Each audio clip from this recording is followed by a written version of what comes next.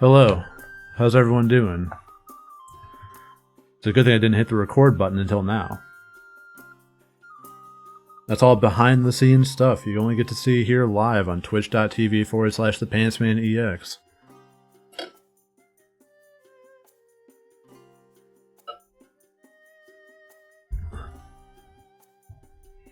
Nas, how you doing? Welcome back.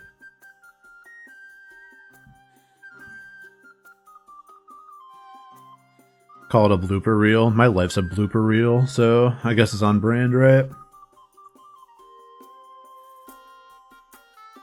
Can't delete your own message. Live in the cringe of making a typo. How could you? How could you spell a word wrong? Alright, so I don't remember anything that was going on last time. I remember we told them that they can't just eminent domain the pub. And that was all that really happened, other than like getting the furry Monado and hope I don't regret not forcefully taking the pub and making it barracks. Me? Regret? No, no such thing.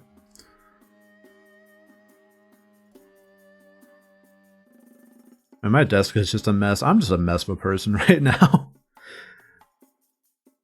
Usually I use streaming as a way to like keep my workspace tidy, because like I don't want to have to pull over my stream deck and knock over 4 bottles and stuff. But just looking at it right now, it's like I got like 3 controllers and like remotes and my copy of Dynasty Warriors 2 sitting here, and it's like, man, rough. You're a stinky mess right now. I make the joke often, but it's not really a joke. If they invent smell-o-vision, I'm fucked. Like, it's over for me. I'm never going on the internet again. Even though right now I smell like a nice, like, caramel bread. It smells very nice. Alright,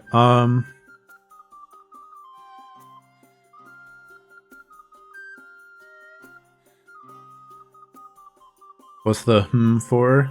They're Nutty's perfume samples that she uses on me.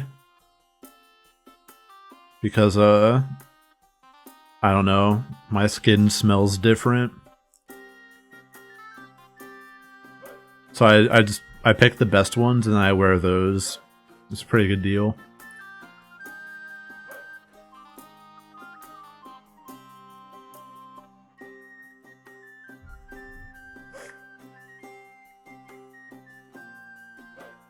Sorry, I'm still warming up. It's 45 degrees freedom here. For May 3rd, which is like disgusting. That's why I'm wearing a heavy jacket in May. I could see my breath outside. It was crazy. There was snow on the ground yesterday, like everything's in like that. That's why I didn't stream on Monday, because I'm pretty sure I like came down with something from the weather, and I was just like fatigued and tired and sore and awful. It was bad. Friday was because I just didn't have the mental to do it. So there's a behind the scenes look.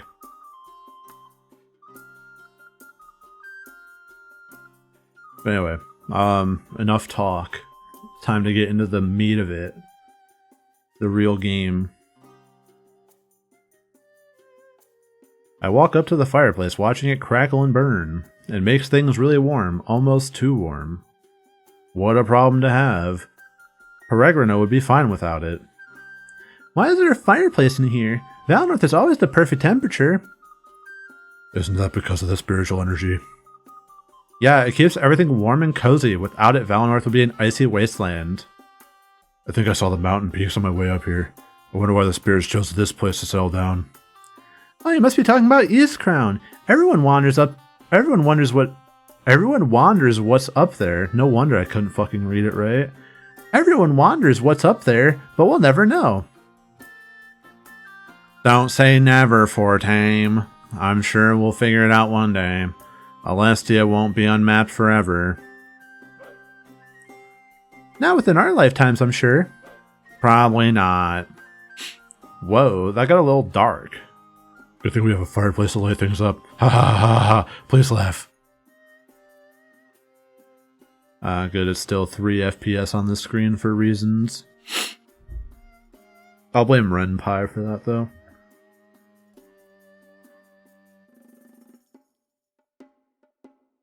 A huge greatsword rests against the table. It's completely unattended. It's like someone left it there.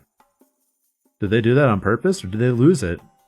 Hey, this is almost a replica of mine. Whoever uses this has fine taste. It's been there ever since I got here. I have no idea who it belongs to. Knowing Hiren, it might be for decoration. It's a shame, though. It'll just rust away.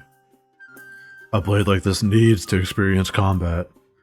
Oh, so you want to spar with me? I thought you'd never ask, Ulrich. That's not what I meant. Before Ulrich even finishes, Pro grabs the blade, straining his entire body. He fails to lift it off the ground. What? Is it glued down? No, you're just weak. Am not. Ulrich walks up to the blade and lifts it up with ease. You'd have to be pretty strong to lift something like that. A few of the people watching this exchange start to laugh. Pro, saying absolutely nothing, slowly walks away. So sad. I don't know if this party banner is affected by your choice to keep Peregno as a tavern. Oh, cool. Zamira, can I talk to you for a second? Of course. What's up, Iron?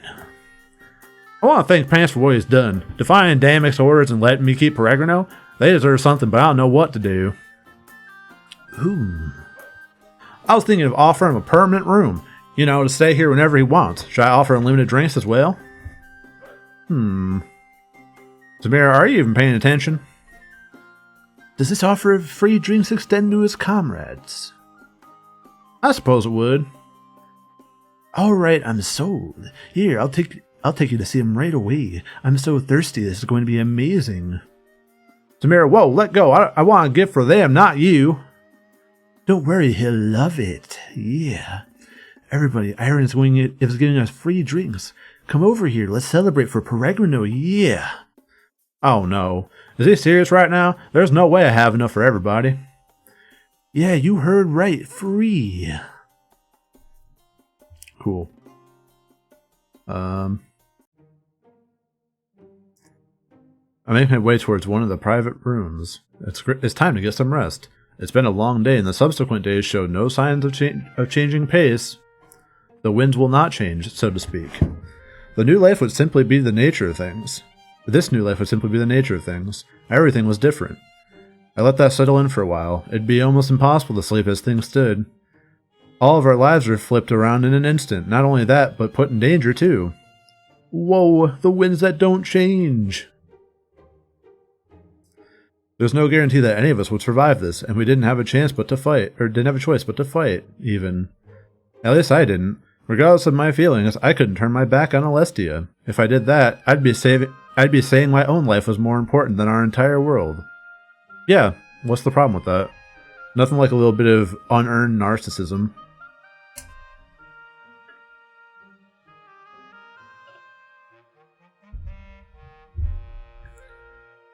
No matter how hard I tried, there's no way I could convince myself that that was true.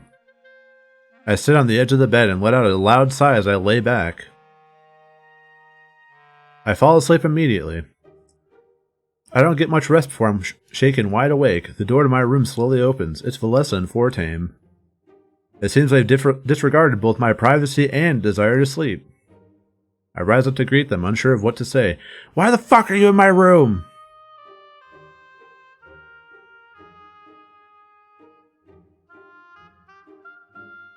Having trouble falling asleep too? Mom, get out of my room. Yeah, that's the long and short of it. Fortame and I have been talking for a while. There's something we need to discuss now. Yeah, we both came to the same conclusion. This isn't an order, it's more of a polite demand. Pants, you need to choose the next Elder of Valinor. This shit again? Bruh. You have a lot on your plate. You can't handle everything responsibly. Valinor's future requires nothing but the utmost care and attention. We can't expect you to lead Valinor and train with that blade. Damn, while you were leading Valinor, I was learning the blade. How about when I was leading Valinor, I was learning the blade too? Phantom. Yeah, there's no way I'm choosing him, sorry, bud. It's exactly like she said. Listen, I know this may seem sudden to you, but we've been talking about it for a while now, like 2 hours since you fell asleep. We wouldn't feel comfortable leaving Peregrino without a new elder.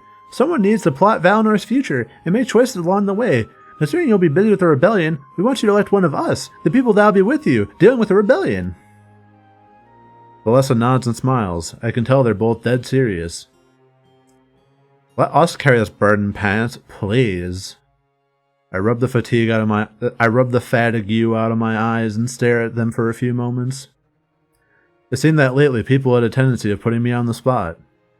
Their intentions were pure, however, to stop me from being overwhelmed.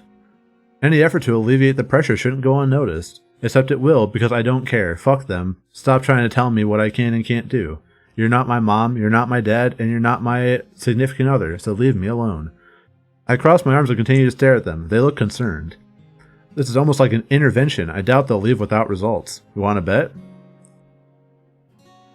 Did we say something wrong? Like you have to choose one of us right now or we're not going to leave and we won't be able to progress to defeat the rebellion? Look, he has no idea what to say. That's kind of cringe.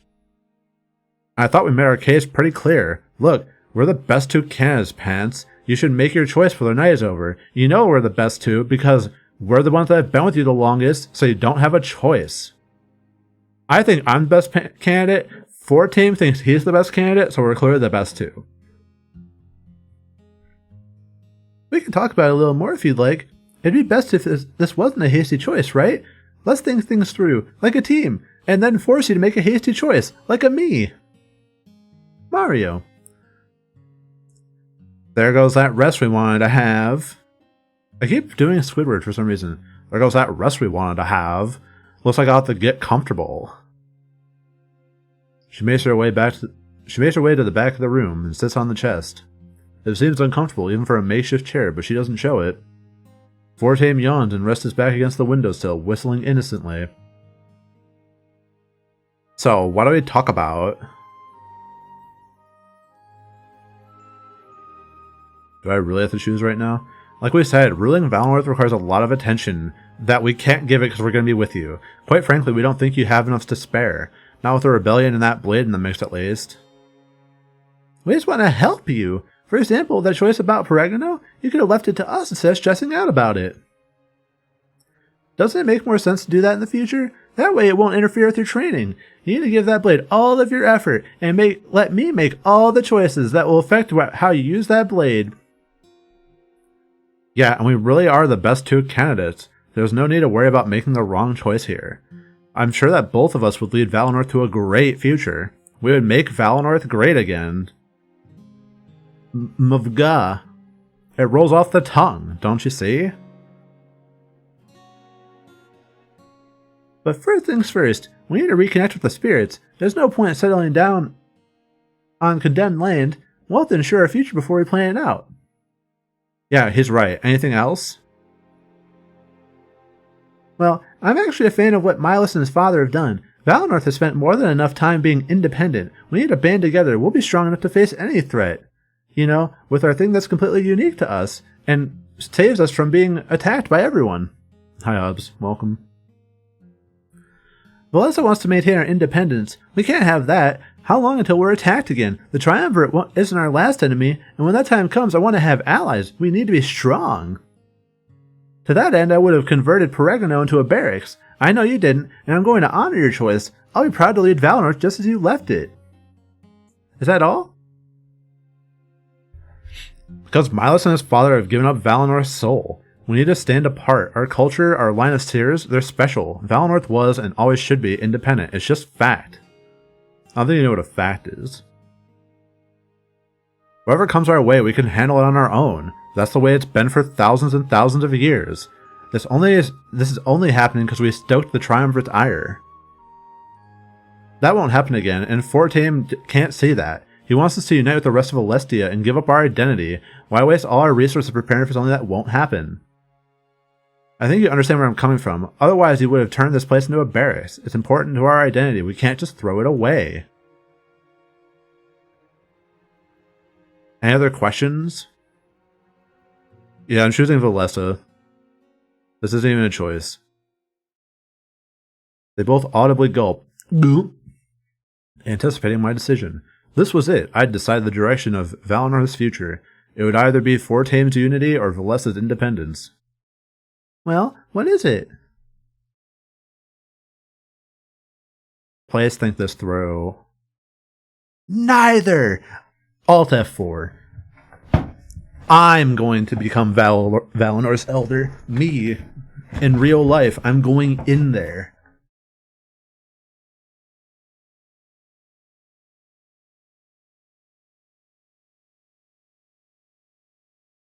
Valinor. Value North, Value South. I needed to side with Valessa. She was right.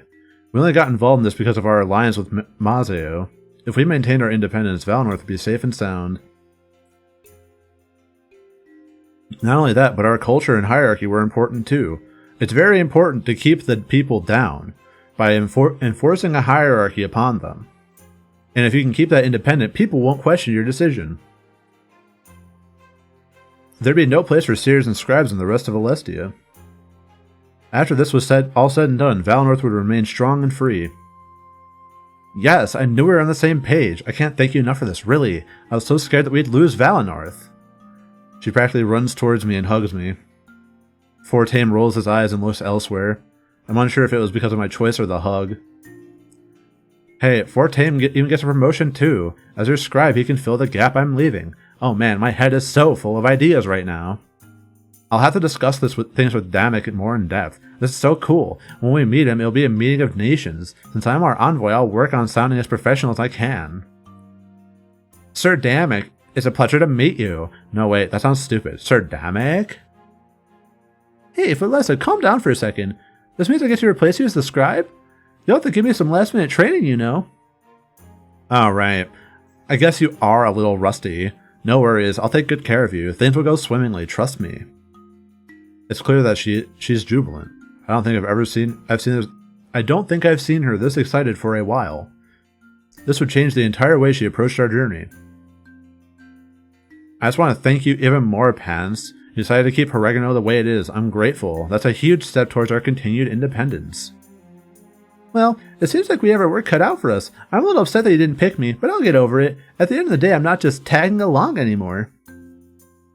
The position of elder has only been open for a day, but I've been training to become a scribe for my entire life. Maybe in this case, things worked out for the best. He gives me a wide smile before walking towards the door, but before he leaves, he turns back and looks at the both of us. You coming, Valessa? Oh sure, just give me a few more minutes. I have a few more things to talk about. Fair enough. Good night. After he leaves, Valessa lets out a loud sigh. She presses her back against the wall and closes her eyes. For once, the future doesn't seem so uncertain. I'm sure I'll be put in a lot of complicated situations, Pants. Your wisdom is just as important to Valinor's future as I am. Remember how you went to Milas today instead of telling me? If your visions involve my leadership or Valinor's safety, please come to me. Otherwise, I'll train Fortaim to take good care of you. He's in good hands. She exits the rooms with what I can only describe as utmost confidence. Her posture, her steps, it all displayed something like a newborn resolve. And for good reason too. We just decided the direction of our nation's future. I make my way back to the bed, practically collapse on it. Hopefully I get enough sleep for our journey to the Outlook. Surrendering to heavy eyelids, I lose myself to the night. It's daytime. There's literally light coming in. Also, I know this bug where like the fucking portrait just keeps popping up. It's scaring me. I'm getting jump scared.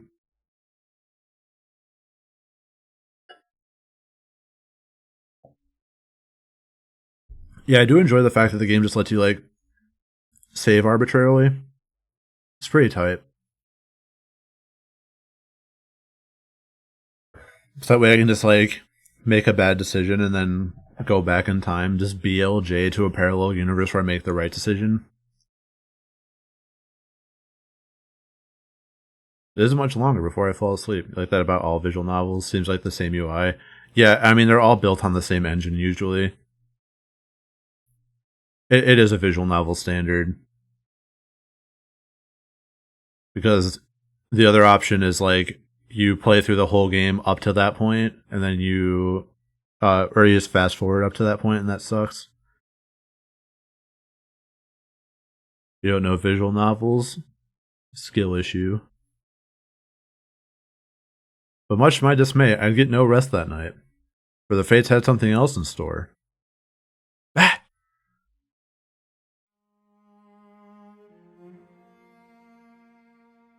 Skill issue this, dies of cringe. I mean, no.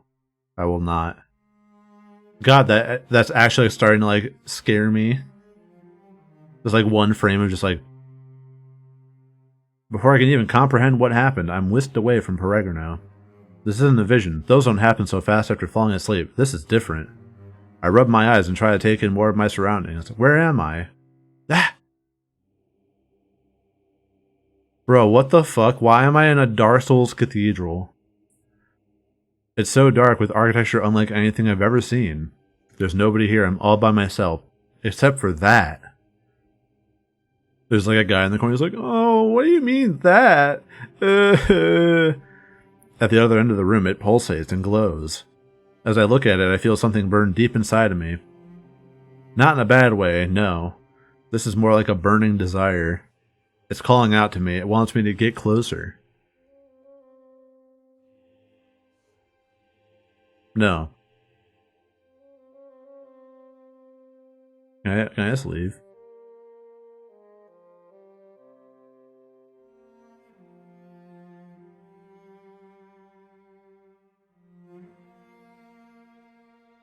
Fine. I take one step forward, keeping my eyes on the mysterious object. As soon as my foot lands on the ground, pain courses through my body. Ouch! I'm brought to my knees. It's almost like it's slowly draining my energy. When it subsides, I stand back up, but the desire hasn't gone away. I need to get closer. I need to know exactly what this thing is. My burning curiosity trumps any care for my own well-being. Even though I object to such a mindset, I keep moving forward. Clearly you object if you're just going to keep doing it. It's almost like my body is moving on its own, without my input. What? Fourth wall break? No way. I'm controlling the main character. That's crazy. I take another step and the pain returns to my body, but this time it's worse. Surprise! I'm brought to my knees and I can't seem to get back up. It's tearing me apart, Lisa. I pant heavily, unable to move as it continues to harm my spirit. My spirituosity is getting destroyed. Do you like that meme? Thank you for capitalizing meme. Stop.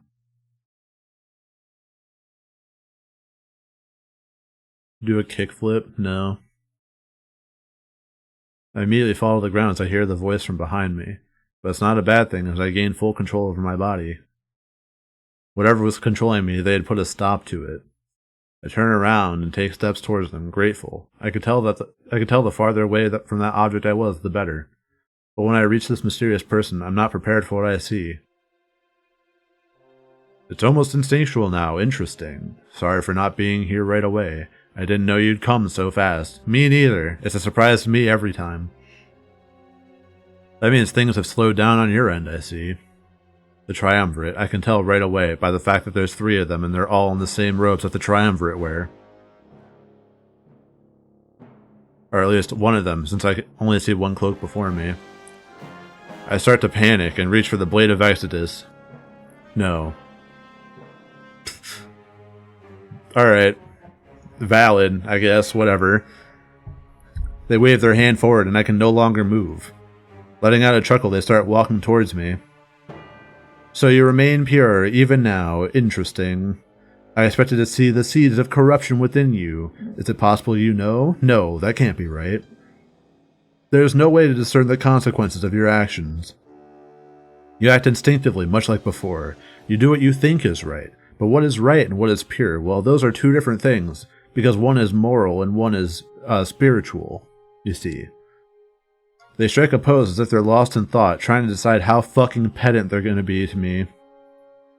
Pedantic. How pedantic they're going to be to me. Sorry. I nouned when I should have adjectived or whatever. I don't know, English.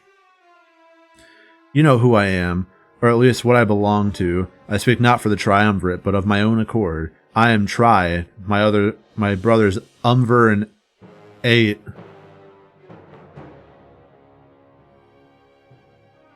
Not that this would go against the wishes of my subordinates. Subordinates? Does this mean I'm in the presence of the triumvirate's leader? That power within you is truly a wonderful thing. So much strength gifted to you by the realm of spirits. But you have to ask yourself, is it truly a gift? Do you act in Alestia's best interests, or in the spirits? Until now, everyone in Valinor assumed that the two aligned, but things are changing. The winds. Their winds are changing. They're starting to make a push, like winds do. I strained myself trying to move, but to no avail. The timpani and the tubas are stopping me. Whatever they've done, they've taken over control of my body. What purpose is your journey if it ends in complete corruption? Keep that in mind as you stride forward and make those tough choices. Many of them breed corruption. The pursuit of strength, for example. Before you go, I did call you here for one purpose. To laugh at you. Idiot. They motioned to the idol at the back of the room before waving their arm. As the ability to move returns to my body, I stumble, failing to balance myself. How is it possible to do this? Can they manipulate spiritual energy without the blade? While I was studying the blade, they were studying the spirit? Called me here to spam. Yeah, we've been trying to get in touch with you about your car's extended warranty. On the podium is your contract. Please sign it and get an extended warranty for your car. I regained my balance and immediately turned to look at the idol. It's beautiful, isn't it? There's never been a more pure form of corruption. You seek to dethrone us. Isn't that your goal? In that case, remember one thing. They tilt their head, and though I can't see their face, I assume they're smiling. With a final wave of their hand, I collapse to the ground and my vision fades away. The only thing that can destroy pure corruption is purity itself, embodied. I hear their words, but I seem to exist in a void of nothingness. I don't understand what just happened. I'm only left with a multitude of questions. My actions can influence the purity or corruption of the power inside of me? That doesn't make any sense, but then again, maybe that's what they wanted. They wanted to confuse me, to try and push me down a different path. Of course they'd want to scare me away from decisions that would harm their reign. Or would they? Dun dun dun!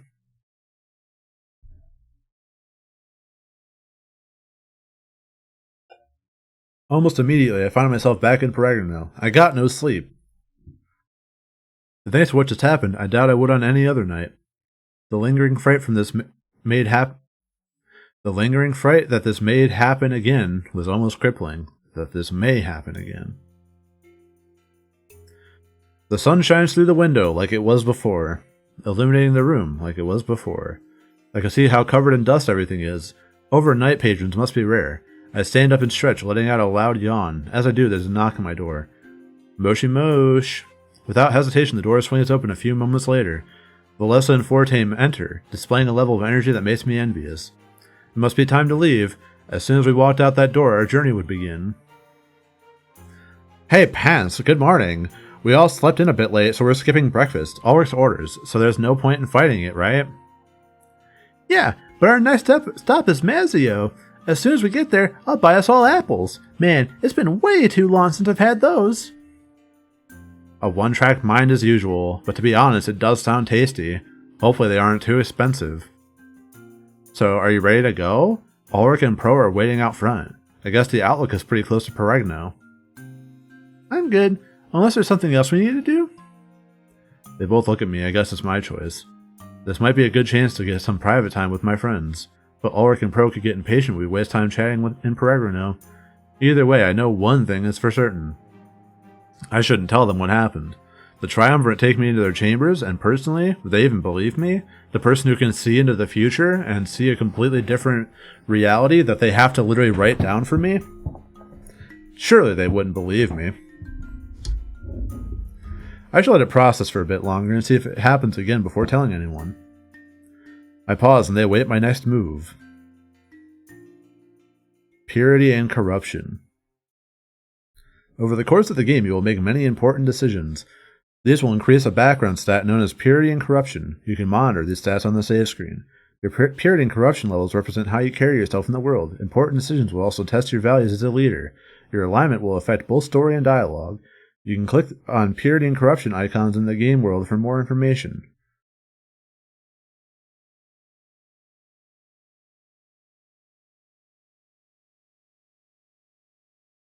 Okay, I figured that out. Heart-to-heart conversations. When marked with a heart, talking to a comrade starts a special scene. You can only play these once, and your decisions are final. They are scattered through the game and must be done in order. These scenes are key to solidifying friendships and pursuing romance. Doing a character's heart-to-hearts will eventually unlock a loyalty quest. The personal stories of each comrade are just as important as the main quest, I'm sure. Alright, let me lay some pipe. It looks like something is bothering Fortame. I approach him and decide to ask what's on his mind. He seems a little startled, like he was indeed lost in thought. Oh, hey there, Pants. What's wrong? Nothing, really. I'm just thinking about, well, everything. I got a good sleep last night, so that helped. Better than being restless and alone with my thoughts. I'm just thinking about the future a lot right now. Most importantly, it's Valenor's future that concerns me. We know what Valessa wants to do as Elder, but I'm worried. I've read that nations fall due to a leader's stubborn nature. I'd rather see Valinor live alongside the other nations. It's a lot preferable to the concept of dying alone. I think fuck. I think it's just time to turn some pages, you know?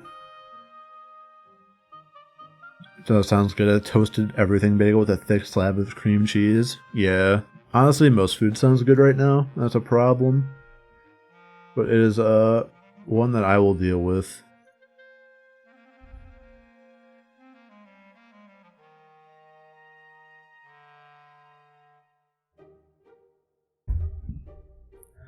He gives me a nervous laugh before shuffling awkwardly. There's something else on his mind, I can tell. But it's not my place to pry, so I wait for him to speak. I know I look pretty well rested, but I'm not. This is pretty embarrassing for me to say, so don't laugh. Last night, I had a really bad dream. I almost cried. We were making our way towards Mazio, but we weren't with Pro and Ulrich. It was our parents. I kept telling them not to go. I knew they wouldn't come back. He clenches his fist and trembles slightly. But they didn't listen. They kept going. I ran until my legs could barely move, then I ran even more. It actually felt like I could save them if I only tried. Eventually we made it to the gates of Mazio, or at least I think they were. I've never actually been there. But this is the worst part. They finally turned to face us. And that's when I realized something shocking. I don't remember what my parents looked like, Pants. Their faces were a blur, almost like they were nobody. They started to speak, but I didn't recognize their voices. Has it been so long that I'm forgetting my own parents? I tried so hard to picture them when I woke up. I couldn't. When they died, everyone told me they weren't really gone, that they'd live on forever inside of my memory. But even that's fading, Pants. What happens next? They die. Back at the Grand Tree, I said I wanted vengeance. I wanted to take down the Triumvirate to avenge our parents. But this dream was kind of like a wake-up call, you know? Why should I fight for something that doesn't exist? And better yet, something I can't even picture in my head. There are so many reasons to fight, all of them less selfish. So I think I want to fight for you. I want to make sure that you're safe and you survive this. When it comes to you, the entirety of Alestia is at stake. He continues to tremble, and I can tell he's fighting back tears. It's almost like this dream is helping him move on from his parents. He's becoming more grounded in reality, in the here and now. Hug him. I take a few steps forward and wrap my arms around him. He gasps in surprise. I notice his trembling comes to a halt. A few moments later, I feel his arms return the hug, squeezing tight. I just miss them so much. He sniffles softly like he overcame his imminent tears. At the end of the dream, when they turned back, I ran towards them, and I tried to hug them one more time, but I didn't feel anything when I did, and the dream ended. But right now, I'm definitely feeling something, and I know this won't end. I know you're not going anywhere. He hugs me tighter, and I do so as well. This is what I need to fight for, Pants. The things that are right in front of me, the things that matter, and the things I cherish. I nod and let our embrace continue. It seems to last forever, but I don't mind. I'd let it last as long as it needs to, for Fortame. I like how they keep using his, like, thinking pose, which is like a clearly goofy-ass face, for, like, emotionally charged scenes. It's like, yeah, my mom's dead. There's like a bit of dissonance there. It's funny to me. It shouldn't really be funny, but here we are. Valeska is walking from one end of the room to another. She looks annoyed. It could be any number of things, but I decided to talk to her and figure things out. As soon as I approach her, she stops in her tracks and lets out an exasperated sigh. You know, I thought things would be different. If you made me the Elder, I'd have a big game plan, and I thought I did, but I realized how little I know. Obviously, keeping our independence is important, right? But I've realized that's actually kind of insignificant. Our problems are here in the present, not out in the future. Maintaining our identity is a plan for the future. If Valinor succumbs to the cold, there'll be nothing left to maintain. I still believe we need our independence, but that can't happen for a while. So, against my better judgment, alliances might be necessary. I doubt we can find a way to save Valinor all on our own. We'll require knowledge from all corners of Celestia. So that might make things a bit tricky. Rebuilding a nation that wants nothing to do with you? Who'd help me if I planned to give nothing in return? Ugh, sorry for this rambling on. It's just a lot to take in, but being able to talk about it definitely helps. Thanks, Pants. At the end of the day, being able to confide in you is great.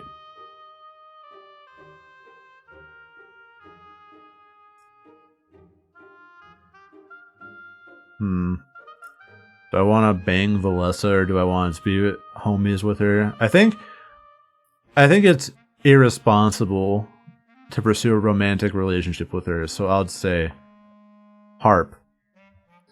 Of course you'd say fucking bang Hobbs.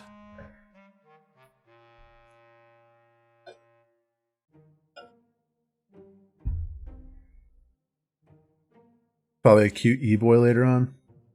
You're talking about the energy drink? Yeah, I'm sure, bud. God, just like last time, I heard that like one like twing, and it sounds like my fucking doorbell. And every time it happens, I'm like, who's ringing my door? Who's ringing my door? It's not me. Finding inner strength is also great, Valeska. Huh. Yeah, I guess you're right. Of course, it never hurts to have some friends around. I expect we'll be spending a lot more time together now. Maybe you should check? No. I'm only joking, but she seemed to take it personally. Perhaps now isn't the best time to be cracking jokes like that. I didn't think it was a joke! I can tell she's even more annoyed. She grumbles under her breath. Anyway, it's hard to get a read on her next expression, but she shuffles about some more. Taking a few steps away from me, she rests her back against the wall. I step closer towards her, inclining ourselves away from Fortame. Damn, he's just in the room? What am I going to do? I want Valinor's independence, but I can't get it alone. As we travel the world, I need help wherever I can get it. Connecting our nation with the spirits isn't something I can do alone. I have no idea how I'll get it done, though. Like I said, I'll need help from the outside world. What an odd idea, alliances to achieve independence? No, people would just think I'm using them. In order to do this efficiently, I'd have to keep it a secret, glean information wherever I can without telling anybody why. A book here, a conversation there, until I find a solution. At the end of the day, nobody would know what I was up to, but when our journey is over, I'd had the means to save Valinor. That sounds so unethical, but is it really, if it saves our nation? What do you think about all this, Pants?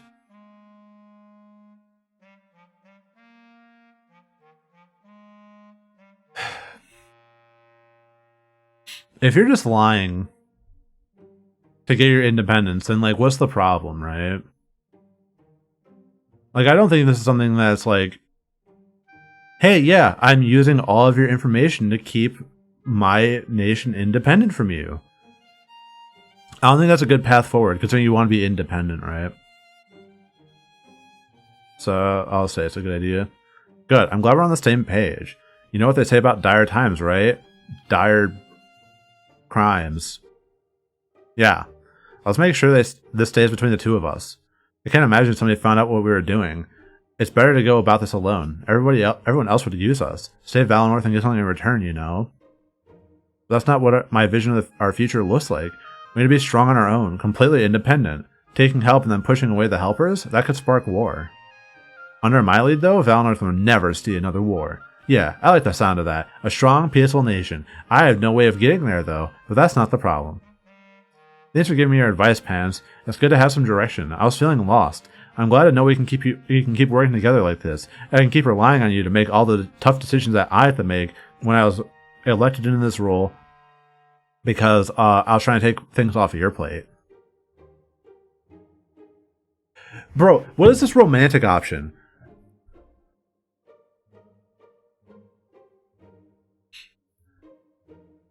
Like, the other romantic options are like, give your homie a hug. Maybe, like, give them physical contact when they need it. And it's like, you know, we could have sexual intercourse. Grow up.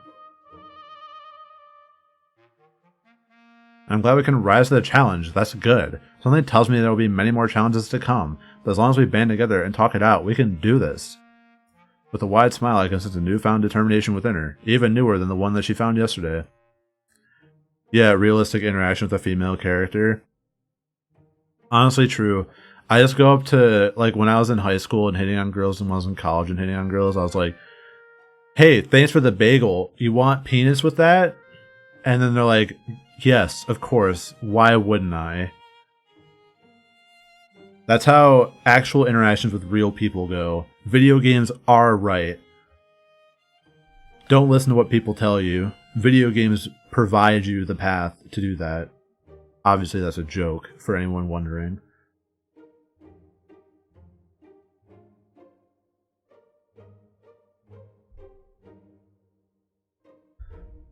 I have to make, like, the worst part about having a monotone voice and not having intent be able to be gleaned from my voice is I have to do the, in parentheses, for legal reasons this is a joke, so that people can tell when I'm doing a bit and being serious, because I feel like the two overlap scarily often. Speaking your high school years, not really. High school is weird for everyone.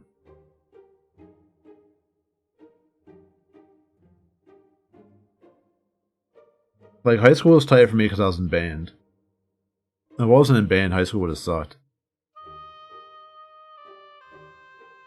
I didn't even get my first girlfriend until, my junior year, I think. The only time I came close to dating someone before that was in middle school. There was a girl whose friend said she wanted to ask me out or something. And I'm like, sure. And then I was like, cool, I have a girlfriend. That was easy. And then I say she's like, I was kidding. And I'm like, damn. And that was that.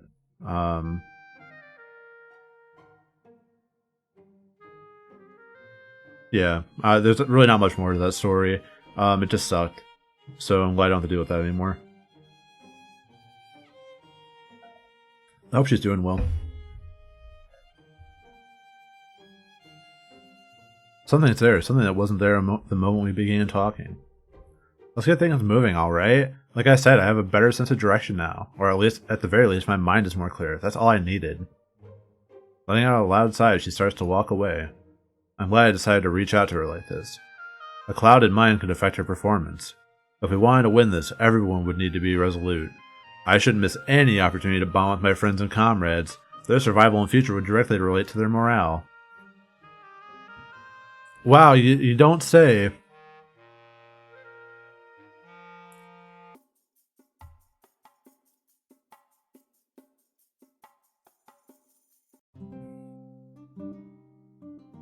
I'm only doing heart-to-hearts, by the way. I think that's the ground rule, is like, I'm not doing the parallel, the fucking futures connected, like, whatever this shit is. I'm not doing the party banner because the party banner is part of the main story, and the one-offs are like, whatever. But the heart-to-hearts, like, matter, I guess? So I'll do those. The trees stretch up as high as the eye can see. It's still bright out, so the sun pierces through the canopy. Thankfully, it's not too overwhelming. It simply looks beautiful. Wow, look at all these trees! They'd be perfect for climbing, Mind if I take a quick detour? Come on, Fortame, we don't have time. Aren't there more important matters at hand? If I don't practice, how will I ever climb the grand tree? You gotta give me some time every once in a while, Valessa. Perhaps, but not now. I don't have time to train any injuries. Then I can treat them myself. Really? You sure fooled me.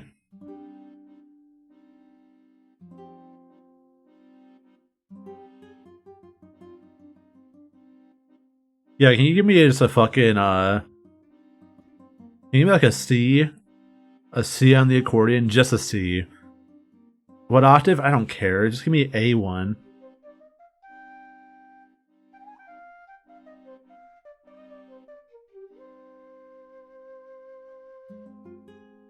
I don't know how well it's coming through.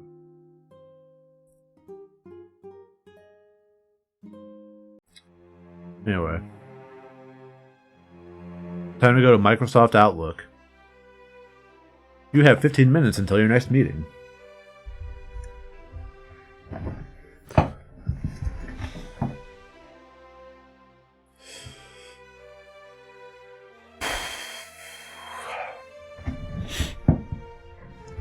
After a trek that was longer than expected, we finally reached the Outlook.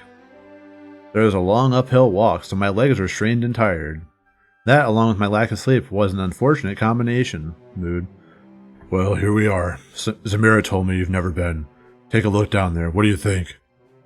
He lets out a soft laugh, like he is anticipating our reaction. After a few more steps, we reach the high ground, and everything comes into view. The scope of our world and just how small Valinor really was finally dawned upon me. Whoa! That's amazing! They stop to catch their breath as they run up the hill in excitement. We can see the entirety of Mazio, and it looks so tiny from up here. But I know it's much larger than Valinor, so this is hard to comprehend. That's Mazio? Fuck.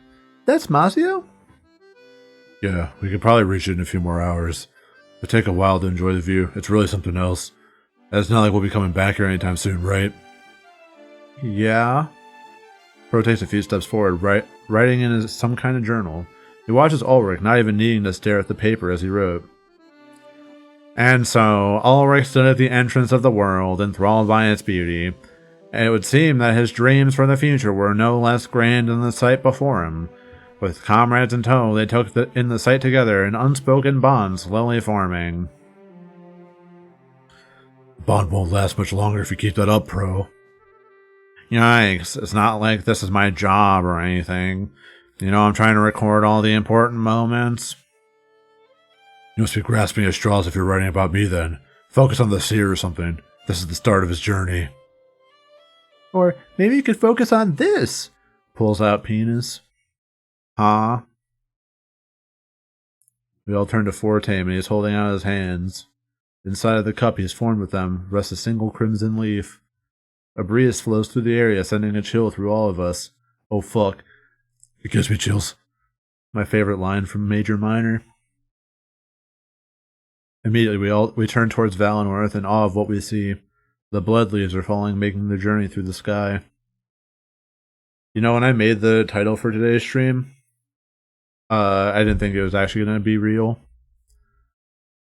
I was just making a joke about my real life situation, but here we are. Carried by the chilling wind, they find their way down to the mainland. Wow.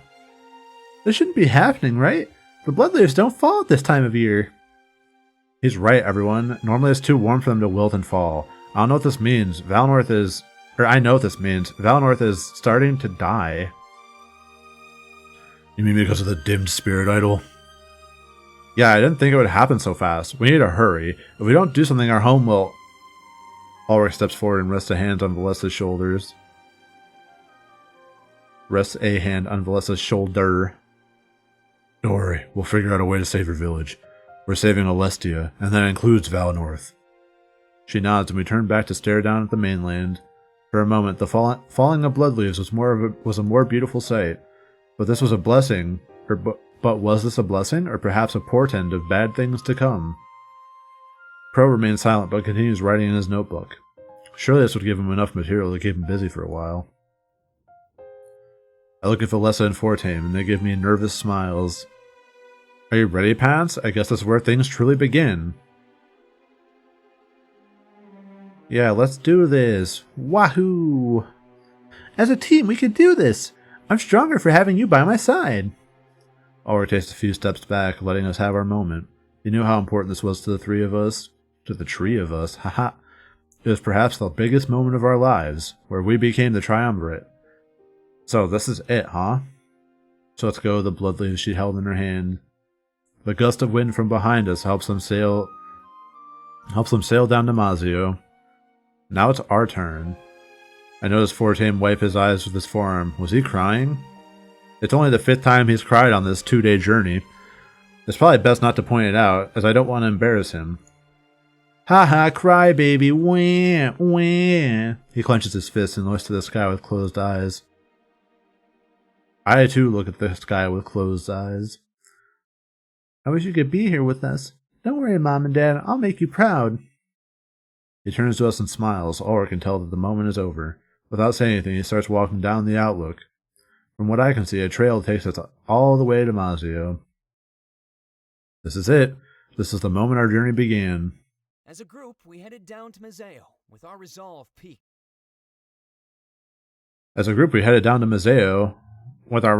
peaked. In that moment, it seemed like our goal was both clear and within our grasp. However, Mazeo would soon prove how wrong and naive we truly were. I get to be the voice. It's me! Oh boy, I can't wait to go find out what the Triumvirate are doing. Yippee. Yo, I'm 20% purity, let's fucking go. Travel to Mazeo, yes.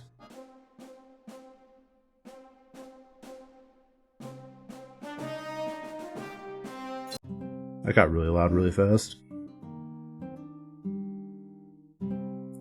As we take our first steps away from Valinor, I make note of my surroundings. Rocks! Not much has changed, yet in my heart I can feel an indescribable difference. Crimson leaves litter the ground, and remnants of the earlier spectacle. They look pretty cool, huh? It was definitely a nice send-off. I just hope the Mazaeans aren't afraid. Why would they be afraid? I'm not knowledgeable on the subject? Damn, I'm stupid? Maybe because they're called fucking bloodleaves, and they're falling out of season? Oh, I guess I should have read a book to do fucking basic logic.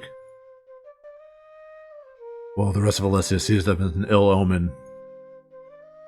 But they're just leaves. Well, you know how superstitious people can be. I was taught that they're tears from the spirit realm, you know, the spirit's crying out, but I don't know why. Perhaps our parents were reaching out to us? Case in point, bro. Fair enough. Anyway, there was something I had to say. Don't you think it's a little odd to walk around like that?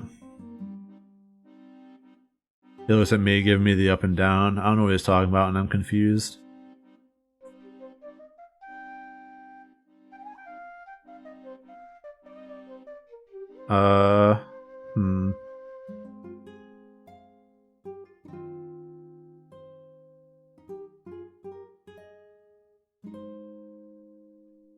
No, I think I'm saying a romance Fortame. It makes too much sense. You want me to hit on him? Alright. I mean, I guess I can. Bro, I'm just going through this water right now. Christ. I can hit on him, sure.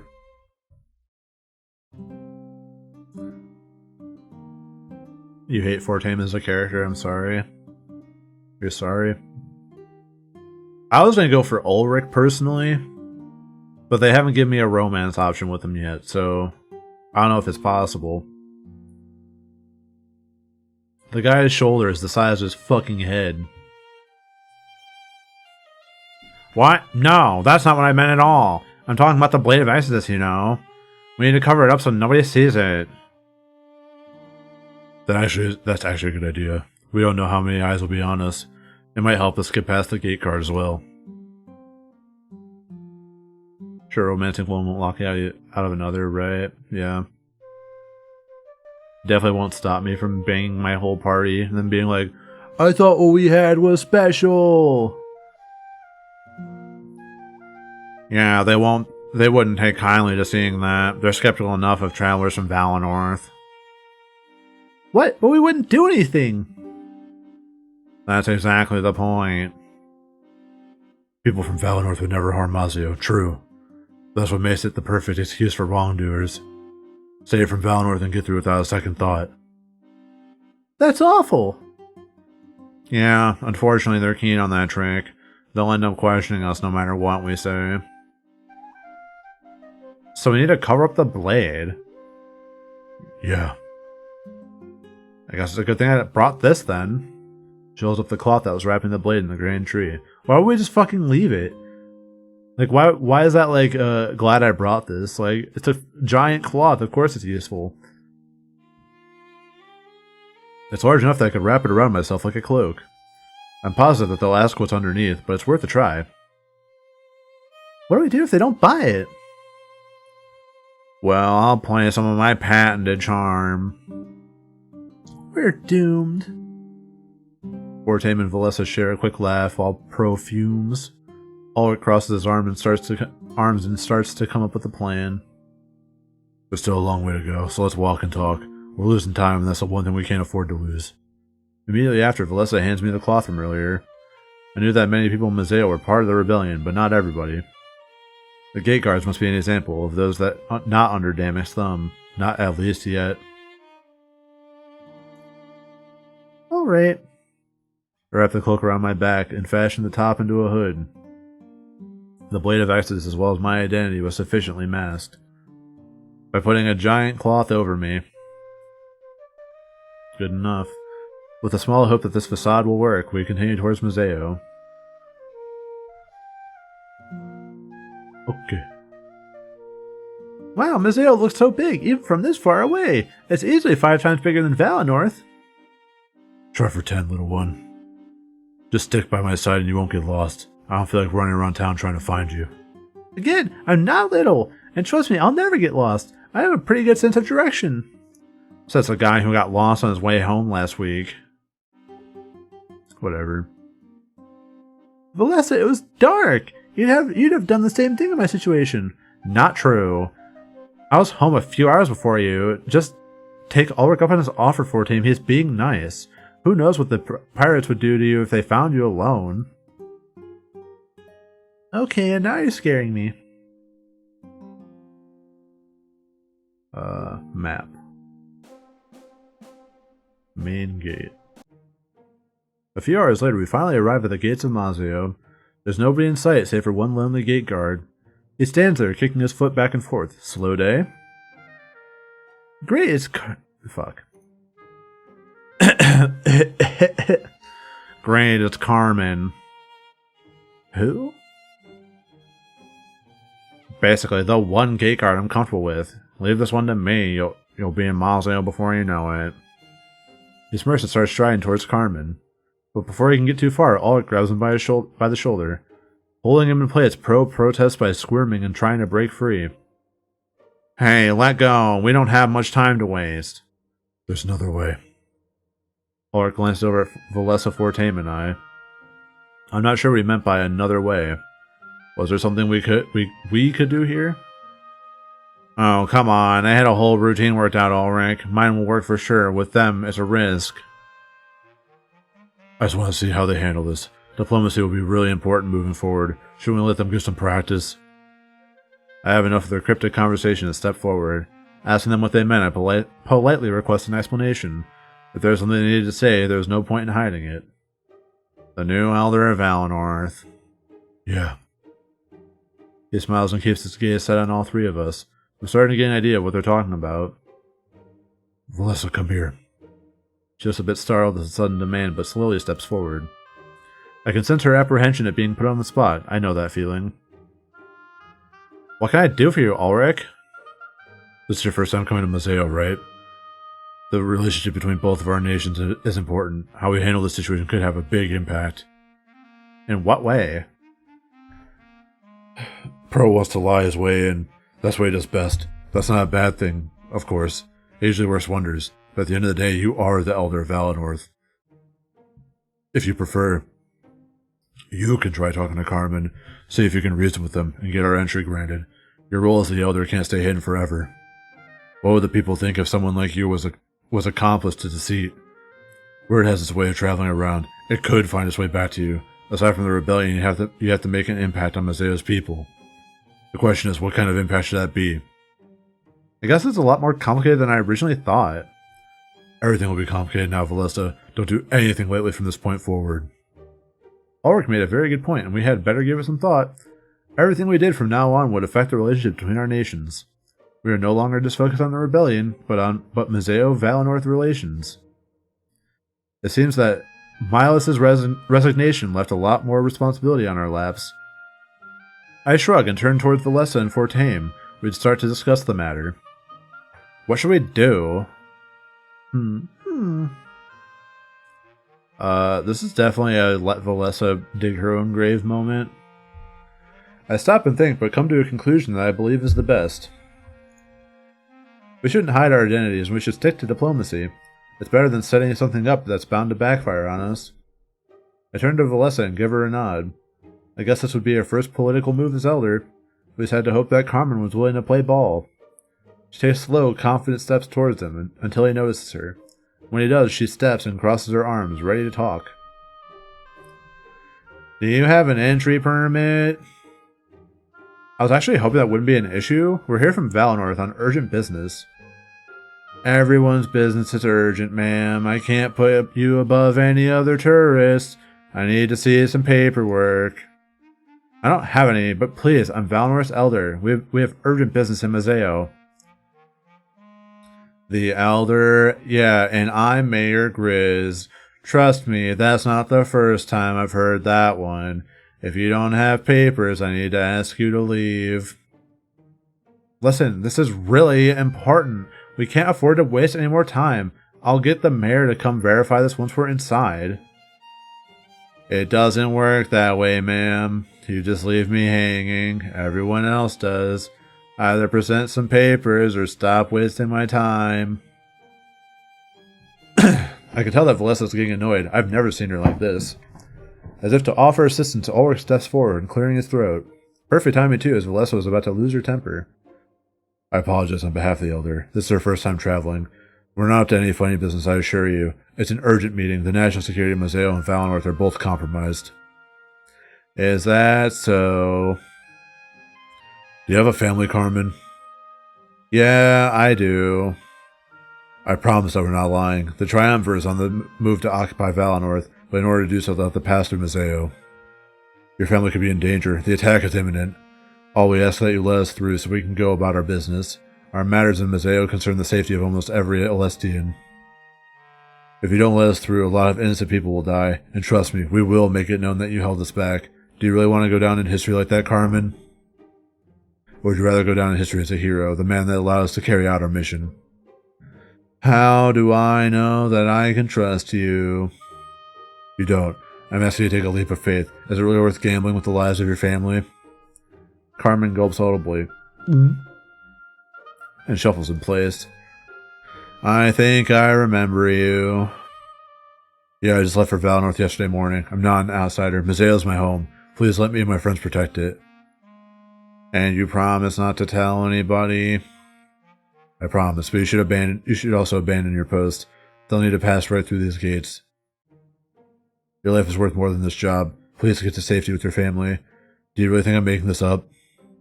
I don't know. If I just wanted entry, I wouldn't care about you. This is more than that. I want to help you too. I'll tell Grizz right away so you don't have to get in trouble. Alright, I trust you. Carmen steps to the side and stops blocking the gate. Just don't make me regret this. You never will. Ulrich steps back, smiling as he turns to us.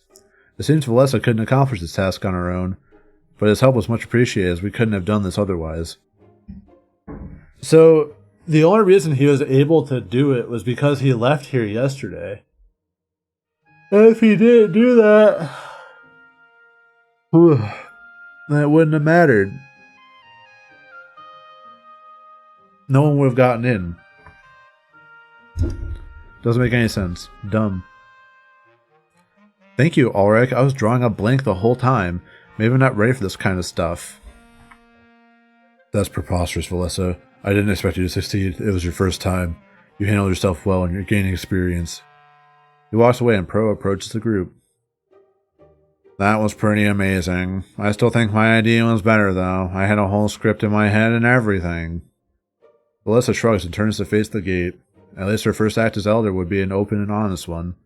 We couldn't say the same thing if we were to align ourselves with Pro. So, shall we? He motions to the gate, which is now free for us to enter. After everything we've been through, we are finally here. It was time to get this started and meet Damek. Wahoo! Oh, I'm actually controlling the game now. I was very confused. What? Oh no. Oh, okay, good. The game definitely just hung for a bit, and I'm like, uh-oh. I'm gonna go take a quick break, because I've been talking for the past hour, and I'm tired. So I'll be right back.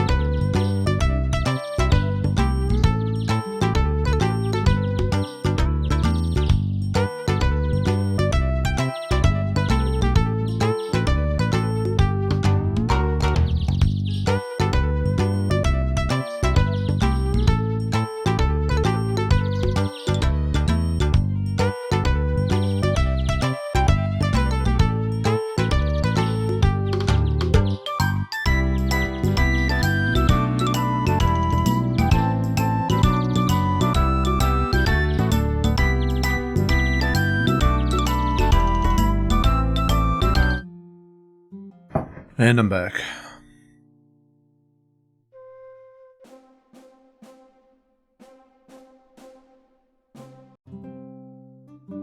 As we take our first steps into Museo, we all pause and examine the surroundings.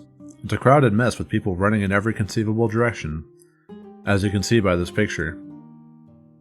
Market stalls are set up wherever there's room, with all sorts of wares. Wait, I think I see them! Fortame immediately tries running ahead, enthralled by something he sees. Before he can get very far, Ulrich grabs him from behind and stops him. Yeah, that's a lot of people. I didn't know fucking Museo had COVID too.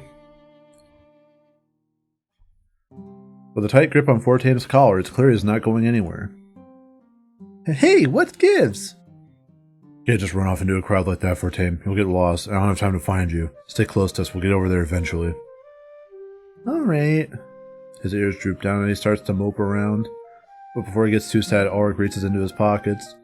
Pulling out some coin, he gives it to Fortame with a smile. Here's some money to spend on whatever you want. But like I said, just make sure you stick close to us. This isn't the kind of place you want to be alone in. Wow, thanks, Ulrich. I'm gonna look for some apples then. Can you point them out for me so I don't get lost? Yeah, they should be over there.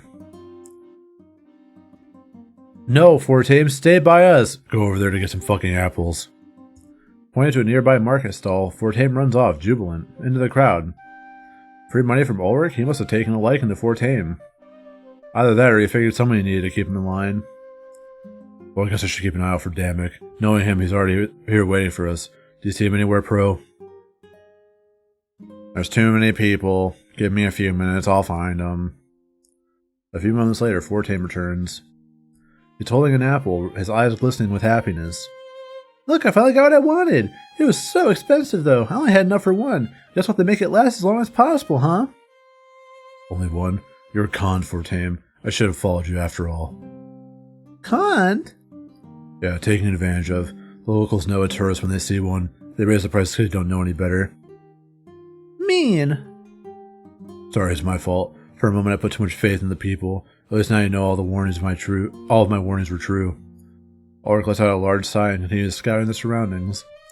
Imagine handing your country over to someone who gets conned by the fruit salesman. Yeah.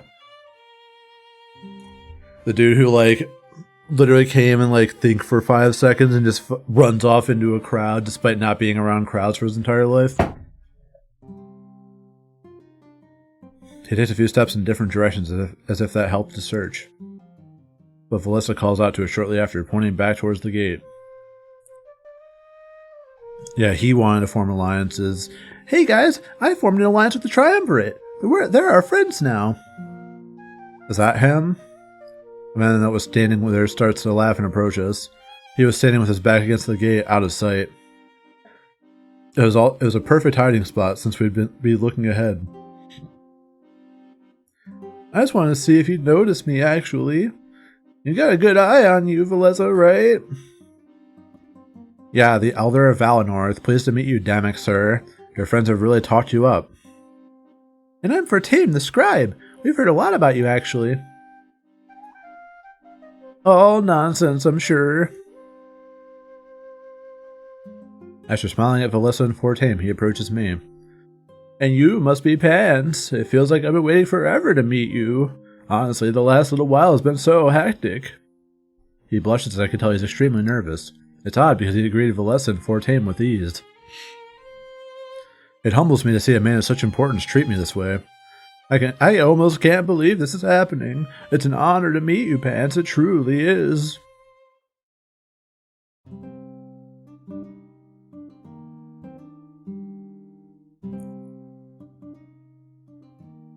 What? Oh, cut it out. There's no need to say things like that. Trust me, you're already on my good side. I reach out to shake his hand, but he immediately pulls back. With a nervous laugh, he rubs the back of his head. Did I do something wrong? He seemed excited to meet me, so I assumed a handshake was in order. Anyway, shall we get going? We have quite a busy day ahead of us. He starts walking, expecting us to follow, but as soon as he gets to Pro, he stops in his tracks. Oh, just one more thing before we move along. You'll be on cleaning duty for the next month, Pro. What? What did I do? It's more about what you didn't do, and the answer to that is everything. I ended up sending Ulrich to pick up your slack. We can't afford to waste time anymore. I'm sure you had your reasons, but... Yeah, and they were really good reasons. I couldn't just march into Valinor with the blade. I need to have some direct discretion. It took time. Really, Pro? You know you can't throw excuses at me. I know how this stuff works. You were lazy. He lets out a loud sigh while Pro shuffles in place, ashamed. I suppose it's my fault in the first place. I should have known better than to send you there. With a tavern in the way, your priorities would be clear. After their spat, Damek turns to face me with a smile. Even when he was scolding, it was polite. That's interesting. I can start to see why people would like to follow him. Anyway, we have some business with the mayor. Let's head to his house. I'll explain there. After that, I'll give you a tour of our HQ. Plans with Grizz. Is it about the pirates? I said I'd explain when we get there, Ulrich. We can't talk about this kind of stuff out in the open. Finish up whatever business you have and we'll get going. With that said, I guess it was time to head to the mayor's house. I knew nothing about Mazeo, so I didn't know if this was a detour or not. But either way, my training with the Blade of Exodus would surely begin today. I look at Valessa and Fortame and we nod at one another. I guess I'd finish up any business here and then follow Damek. My legs are tired, but it feels like our trek was almost over. Damek has now permanently joined your party. A new statistic, morale, has also been unlocked. Cool. Morale may rise and fall over the course of the game. Your army and their welfare will be affected by your choices. Ensure a high morale or your forces may not survive the coming war. Damn, that is so sad. Proper noun. Fortame heart to heart 2. Let's fucking go.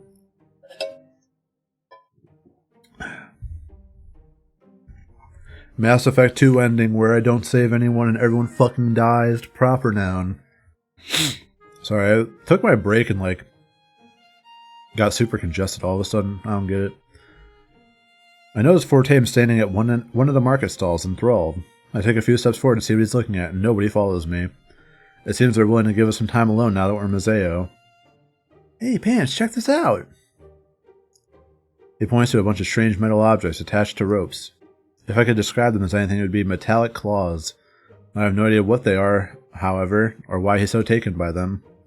You know, when I climb trees, it's hard to get a grip, but with these I can just stab them into the tree and hold on. I didn't know these existed. It would make things so much easier. He shuffles in place, thinking to himself. You don't think that would hurt the trees, do you? Of course not. Awesome, that's what I thought. I'll have to make money somehow and save up. This will make climbing the grand tree a lot easier. He leans a bit closer to the market stall, looking for a price. And of course, there's no price on them. Probably so they can scam people too. I'll have to get Ulrich to figure this out. He smiles and laughs softly before turning to face me. You know, these markets are pretty cool. What do you think about them, Pants? Alright, before I get beaten to death, am I allowed to romance Fortame or no?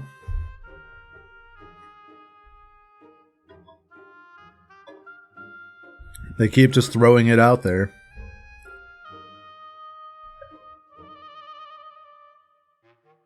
Oh, you'll die of cringe, then I'm definitely doing it. Oh, is that what this is? Well, I did want to have some private time, actually. Hey, I have an idea, Pants. Follow me over here. He grabs an apple out of his pocket and gives me a sly smirk. It's the one Ulrich bought for him. He must not have eaten it yet. As he runs away, I follow him, and we end up in a nearby back alley. See? Much better. I can actually hear myself think now. Let's grab a seat and relax. We deserve it. He motions to the ground. It doesn't seem comfortable, but it would do. I sit down and rest my back against the wall. He promptly sits down beside me. Holding out the apple, he inspects it, almost like he's a bit hesitant to eat it. I wonder if it'll taste like I remember. It's only been around 20 years after all. Hey, let's share it. You should try some too. He giggles nervously and places his head on my shoulder. You said this was a date, right? Imagine how mean it would be if I didn't share. Besides, I'd like to spend this moment with someone special. After a brief pause, he lets out a sigh of relief. I guess he was worried that the physical contact might not be okay. No, this is a lives from based moment.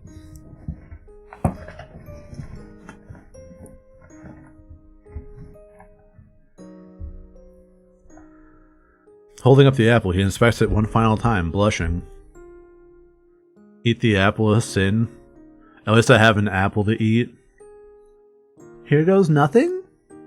Moments after, he takes a large bite. Juice drips down his chin as he shakes with excitement. No. Stop. Cease this.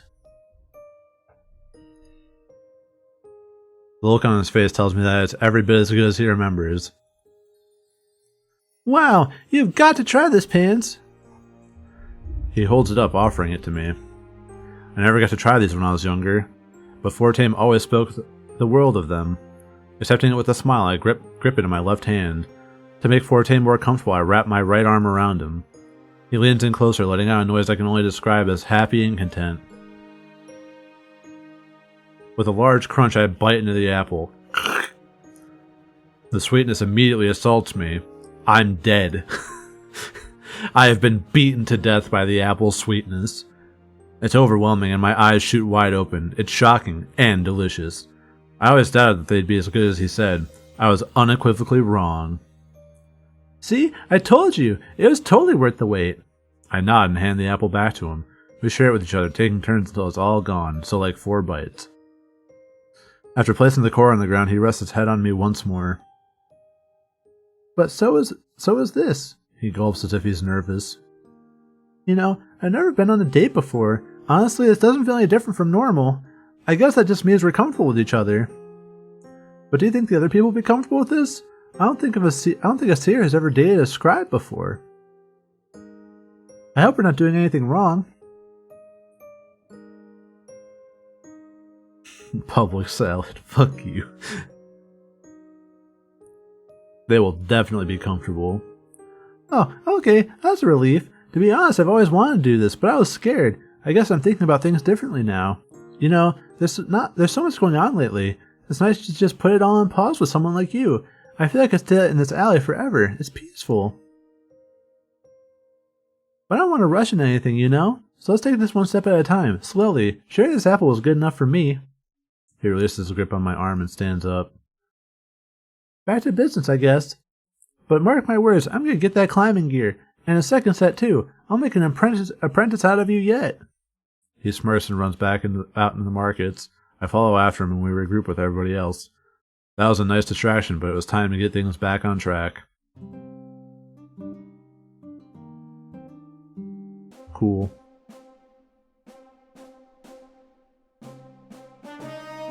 I'll pop by the tavern, why not? As soon as we enter the tavern, the smell of ale assaults our noses. This wasn't anything like Peregrino. This is on an entirely different level. Bottles of foreign alcohol line the shelves, and I have no idea where to start looking. Good call, Pants. No trip to Museo's complete without coming here. If it's time to relax for a bit, I'll take a seat at the bar. He gives me a sly smirk and immediately takes a seat. A bartender, who I can only describe as overwhelmed, takes his order. Pro takes a few steps forward, and afterwards takes a deep breath. You just can't beat that smell. If you need me, I'll be checking my mail. I've been in Valinor for a while. I'd hate to miss anything. Is this like the fucking tavern that you build in Major Minor after it gets burnt down? Trotting off to the corner, he starts to inspect his mailbox. Shelves with letters and numbers line the back corner of the tavern. He must pay to have an anonymous address or something like that. Taverns don't really do anything for me, Pants. I don't mean any offense by this, but I'll be waiting outside. That's not to rush your relaxation or anything. You deserve it. With a smile, he slowly backs out of the tavern. I guess this would be a good chance to talk with Pro and Ulrich. We haven't really had enough time to get to know each other yet. But let's let Fortame take a seat and start talking amongst themselves. I guess it wouldn't be the end of the world if we just wasted a little bit of time here. Ulrich is chugging a large cup of ale, and Pro is carefully reading over some letters. I don't want to do Pro's heart to heart. Is that bad?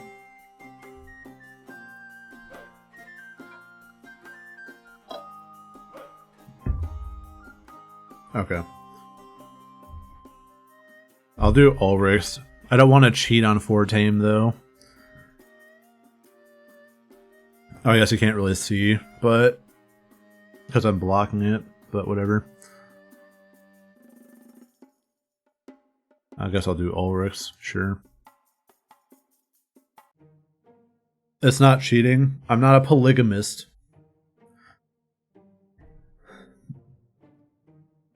I sit down beside Ulrich and look over at him. A couple empty glasses strewn about signal that he's already had a few. However, he doesn't seem to show it, not at all. He's calm and collected. Like a true functioning alcoholic. Hey Pants, come to join me? I can recommend a few drinks if you'd like. Do you want something strong or something? Should we start weak? I want something strong. Perfect choice. Hey barkeep, more of the same. Motions to the bartender, and a few moments later I'm given a glass. Ulrich watches me with a smirk as I take a large swig and swallow it down. It's strong, almost enough to make me cough, but I maintain my cool. I thought that'd be a bit much, honestly. Good to know you can handle it like that. It's strong, but not quite on my level. Want another one? What are you in the mood? Want another one? What are you in the mood for? I want what you have. Now you're talking. Here, I promise you won't regret this. Once again, he motions to the bartender, and I'm given a drink. I can tell this one is stronger. It's exactly the same as Ulrich's. As time passes, I notice him start to exhibit signs of inebriation. I grip the glass and take a large swig. It burns. It's literally just fucking moonshine. Oh no, I'm going blind. This is so sad. My eyes shoot wide open and I try not to spit it out. It's a brief battle, but I eventually stomach it all.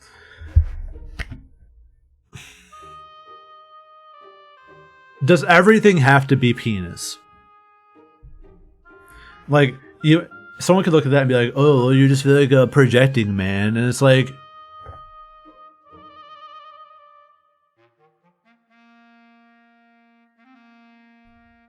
I'm projecting? You're not projecting. You're lying to yourself. Wow, you're good. Most people can't handle this stuff. Mazeo's known for his strong liquor. And they hit you with that methanol-induced blindness stare. Yeah. They don't even know you're, like, all of a sudden, you're just looking at the bartender. You don't know you're looking at him, but you are. Also, how you doing, Matt Liff? Welcome. He crosses his arms and stares at me with a blank look, but soon after, his facial expression becomes more stern. It's clear that the drinks are starting to hit him, and fast. Honestly, valid. I've been there. I guess I'll stop messing with you for now. Truth is, I just wanted to see how much you can handle. It's a good test, a nice judge of character, and you passed. He was testing me? You learn a lot about someone by how they hold their liquor. You're strong. At least you have a strong will. I respect that. This is part of how they do things back in Alarinthia. I know I say I hate it, and I truly do. But some of its culture sticks with me. You left Valinor, so it'll likely be the same. He waves to the bartender, who brings him another drink. Honestly, I'm surprised he's still coherent. That's crazy. So we can get down, he lets out a sigh of complete content. Sorry for rambling on like that. This choice might permanently alter your relationship with Ulrich. If there's anything I hate, it's a one-sided conversation. Is there anything you want to ask me? Right now, I'm an open book. Tell me about your love life. There's one to talk about, but that's my choice. I prefer to keep things casual, without any strings. I have my reasons, but it serves me just fine. He smiles at me and takes another swig of his drink. Don't worry, I've definitely noticed your interest, so that's why I'm making things as clear as possible. Knowing that, do you really want to continue down this path? Yeah, we fucking. Good to know, because I share the same interests. When you live as long as I have, you pick up on these things. No need to make a big deal out of this, it's just fun.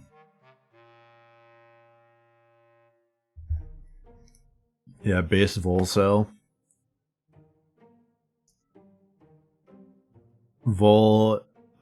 Non-cell, you mean? He's not a player, he just fucks a lot, you know?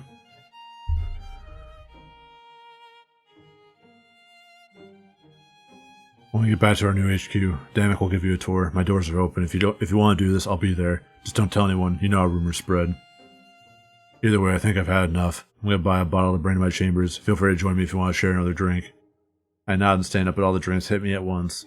I stumble back and Ulrich catches me, wrapping its arms around me. Hey now, watch your step. The ground here could do some real damage. Rather than letting go, he lets his hands wander about my body. My heart rate increases and I feel his hot breaths strike my neck. That's the least attractive way you could rate that. Just getting fucking knocked out by his hot fucking breath.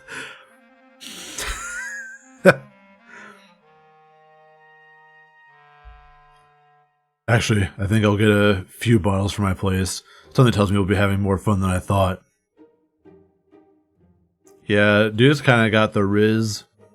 A few moments later, before overstepping any boundaries, he lets me go. Buying a few bottles of wine, he gives his word before moving on to other things. Socializing with the tavern patrons, it seemed like our moment was over. I guess we had to get things back on track. As enjoyable as that was, we had business to take care of. Hopefully we had more time like this to unwind in the future.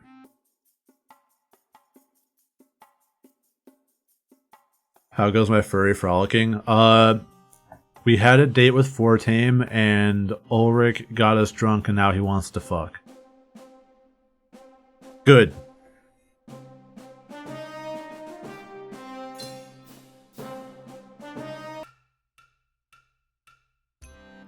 We follow after Damek and embark on what seems like an endless journey. However, after an hour or so of walking, we end up in a residential area. The buildings here are built beautifully, very different from before. Wow, this place looks incredible. That town square is a little bit off. Not the best first impression if you ask me. It's a sign of wealth to live far away from the markets. Only those who work live near the town square. Once you've got a maid, you move out here. That is, of course, unless you're important to Mazeo. Grizz gets to live here free of charge for his services. That offer even extends to Lilith, his assistant. You mean like our elder back in Valinor? Yeah, exactly. So make sure to be careful. In this district, pretty much everyone is royalty, or at least they expect to be treated that way. Alright, thanks for the advice, Damek. Oh, you're opening up a, very pressurized well, Nox. She moves to the back of the group, almost like she's worried. We continue to walk, but not for much longer. Damek stops in his tracks. To your right, Grizz's office. Sorry it took a while, but you know how it is. It'll be even a longer trek back to our new HQ. He laughs and motions to the nearby building. It stood out from the rest in both quality and size. It's time for you to tell us what's going on. I hate being left in the dark like this, you know that. Of course, of course. You know I'm a man of my word. I just didn't like talking about the stuff in the town square. He cracks his knuckles like he's preparing for something. He faces towards Valessa, Fontaine, and myself with a smile. It's almost like he assumes that Ulrich and Pro are up to speed. Well, as you know, Mazeo is rampant with piracy. All that chaos needs some sort of order, right? 2 pirates have risen to the challenge, Alex and Nada. Unifying all the pirates isn't an easy task, but they did it. They have established trade routes and the largest fleet in the world. We want to strike a deal with them and gain some ships. Easy, right? When we attack Baltius, we won't be able to hold back. Having enough ships to carry our massive army over is essential, and if we can get the pirates to fight with us, even better. Grizz made it clear that he wants to cut a deal. In order to win them over, we'll need to bend to their will. However, after learning that, Alex and Nada have started to fight. Now we have to choose who we side with. They both want different things, but they can both offer ships. That's why we're here. I imagine they're waiting inside. He speaks with such passion and enthusiasm, it's enthralling. It was clear that he truly cared about Alestia and its people. The future of Mazeo is likely going to change. It's so exciting. I'll negotiate with them, and Grizz will make any necessary decrees. I just want my favorite people present, so that's why you're all here. He smiles and turns back to Ulrich and Pro. I trust there aren't any objections. Ulrich scoffs, crossing his arms. You sure up the scale of our attack. I thought we just planned to steal a few ships, but now you want an entire fleet? What changed?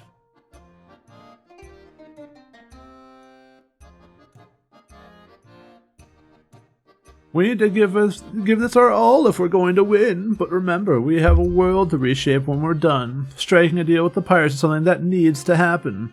I mean, we could wait until after the war, but if we do it now, we stand a better chance of winning. Plus, the people need to know that we're capable rulers, too.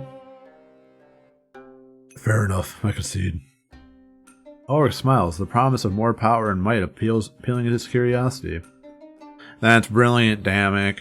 Taking care of 10 problems with one move, as usual. I'm just glad that they get to see it for themselves now. He motions to Valessa, Fortame, and I. That seemed like a sound strategy, to be honest. Gain military might and prove himself capable of leadership.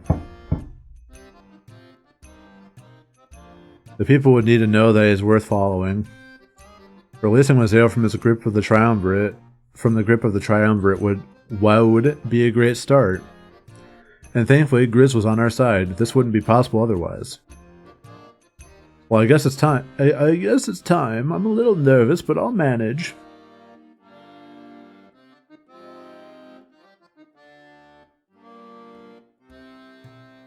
With a quick smirk, he is on his way inside. Pro and Ulrich go too, expecting us to follow suit.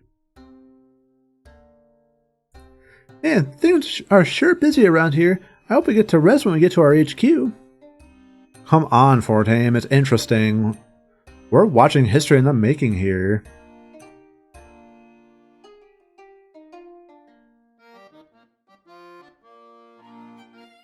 If it's history, then it'll be in a book. I just sleep and read it when I get up. They talk amongst themselves as they enter Grizz's house. I guess I should hurry in so I don't miss anything.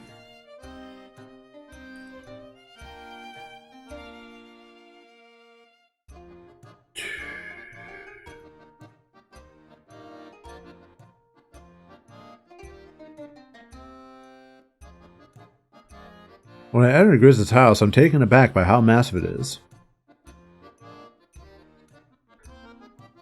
A front desk, probably for his assistant, rests near the front, but behind it is a massive atrium with a staircase leading up. I'm willing to bet that Grizz's office is at the top of that staircase. I look around and find Damek, Ulrich, and Pro chatting with a woman. This must be the assistant that Damek mentioned earlier. After noticing me enter, she quickly approaches us. Valessa and Fortame retreat behind me, leaving me in charge.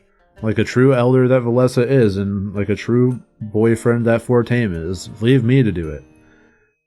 I take a step forward and introduce myself to her without hesitation.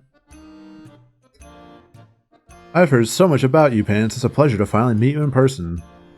She puts her hand forward and I give her a firm handshake. Valessa and Fortame seem immediately at ease, as she's very friendly. For a moment, I'm not entirely sure what they're expecting. I'm guessing that's the Blade of Exodus? She tilts her head toward my back. Damn, they knew. The other furry novel, Major Minor. Yeah, I don't know if they switched the artist, but it's the same developer, so.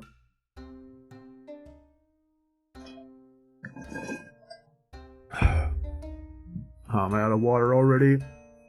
Ugh.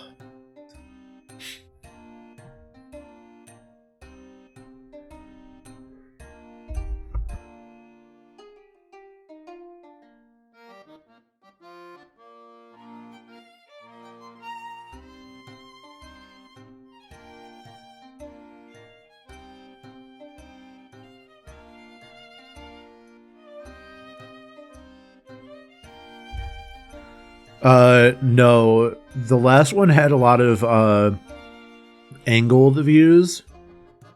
Like, everyone was always looking at you out of one eye. It was all from the side.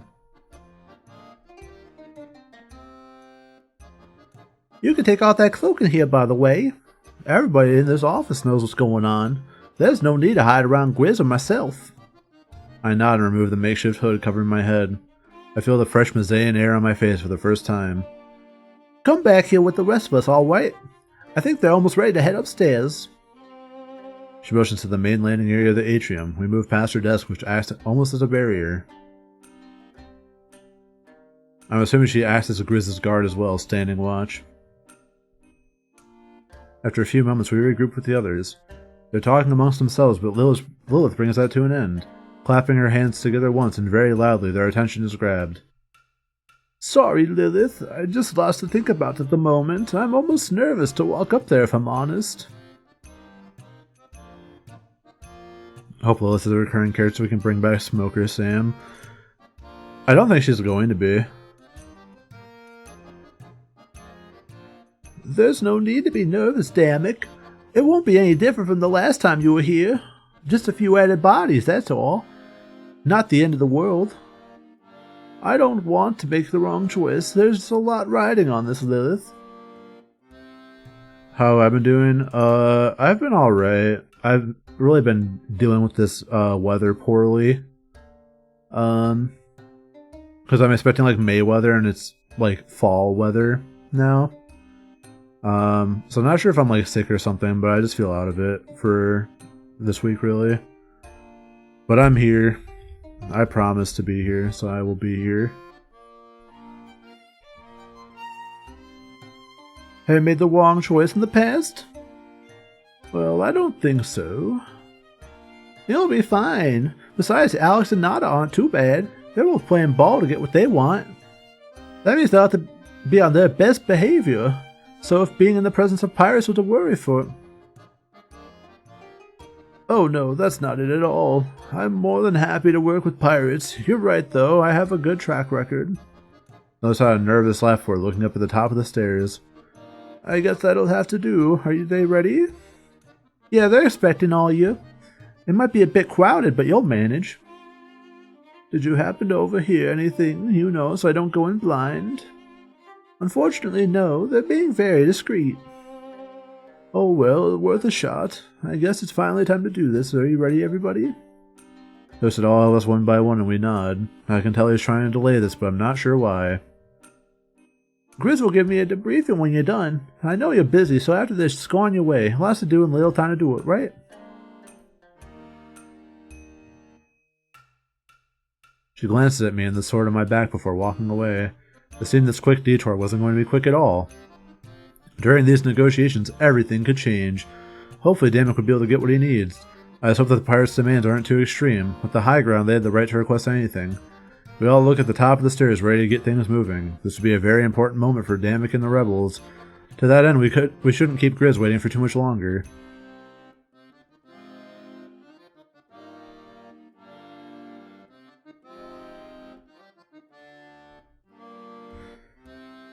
Yeah.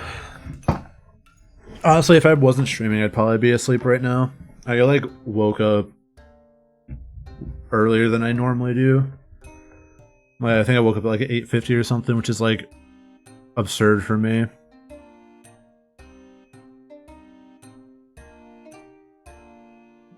And we just go up the stairs, fuck it. We all enter the office and sink, and everyone inside stares at us. It's odd, but at first glance I can tell exactly who everybody is. Nada takes a few steps forward, a sly smirk on her face. Started yesterday and took a 4-hour nap after work, then went to the gym at like 9, so you were caffeine wired till like 3. Work 5 days this week, 4 12s and an 8, ugh.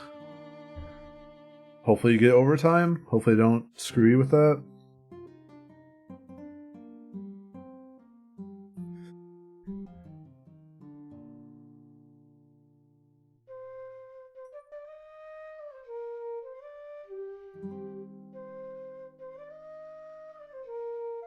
Bro, what is this design?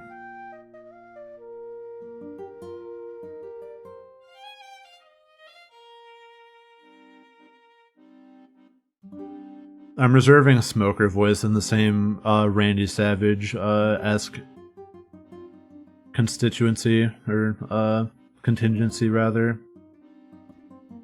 But she looks like a perfect late, aren't you? Good to know your word's trustworthy. It's not like this is important or anything like that. It's clear bait, and Damek doesn't take it at all. Instead, he smirks back and approaches Grizz and the pirates. Actually, this doesn't start until I arrive, so Nada, you're actually early. Very obedient of you. A bit softer than your reputation cites, but I'll let it slide. She struggles to conjure up a comeback and simply shrugs. Damek approaches Grizz's desk and waves us all over. It isn't much longer until we're all cramped together. Grizz, I'd like to introduce you to pants. Put them on. Please. Quit flashing your wiener to all the people in the town. I take a step forward and offer a hand to Grizz. He rises from his chair and gives my hand a firm shake. Bruh, that's just Ulrich busted. With a scuffed ballsack beard. It is an honor to meet you, Pants, and those two must be your friends. I nod as he looks at Valessa and Fortame. Say, have you three been to Museo before? I can't put my finger on it, but you look familiar. I like the cross-eyed look.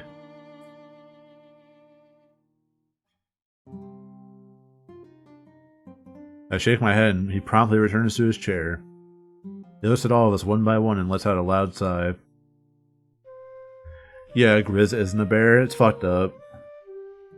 It's probably like Grise. Oh well, not that it matters anyway. I'd like to thank you all for coming to my office. Today we discuss the matter of Damek and the pirates. What have you got for me, Grizz? Surely you have their demands laid out on the table? Yes, of course. I made them write up their demands in private. I didn't want them influencing each other in any certain direction. He points to two pieces of paper resting on his table. They are turned upside down so nobody could read them, like a failing test grade. Here's how this is going to work. Neither pirate knows which paper is theirs. Damek, you and your allies are able to read each one. Afterwards, each pirate is to explain their demands out loud. This is to make sure they haven't gotten greedy or changed their minds. We also need some witnesses, which is why I had you bring some friends. At that point, Damek may converse with his allies. When a decision is made, we will both sign the chosen demands. To avoid conflict, neither pirate will learn if they were chosen. There's a lot of same-face syndrome. Shoulder guards look like baguettes. True. His shoulder guards and his wrist guards. Dude's just actually wearing the fucking cannoli on his arm.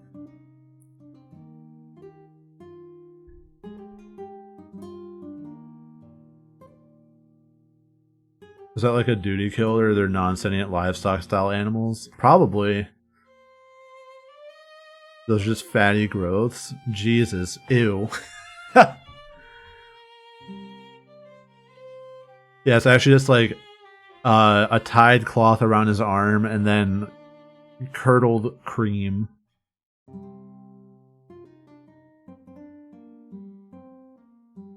I understand.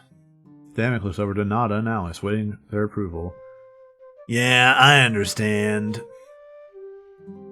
I'm not even giving this Five Nights at Freddy looking motherfucker a voice. Me too. Damek places his hands on the desk, looking over the papers, but before taking any actions, he turns his head towards me. Pants, I'd like your input on this. You're no stranger to tough decisions, right? I'd like to see how you think about this kind of stuff.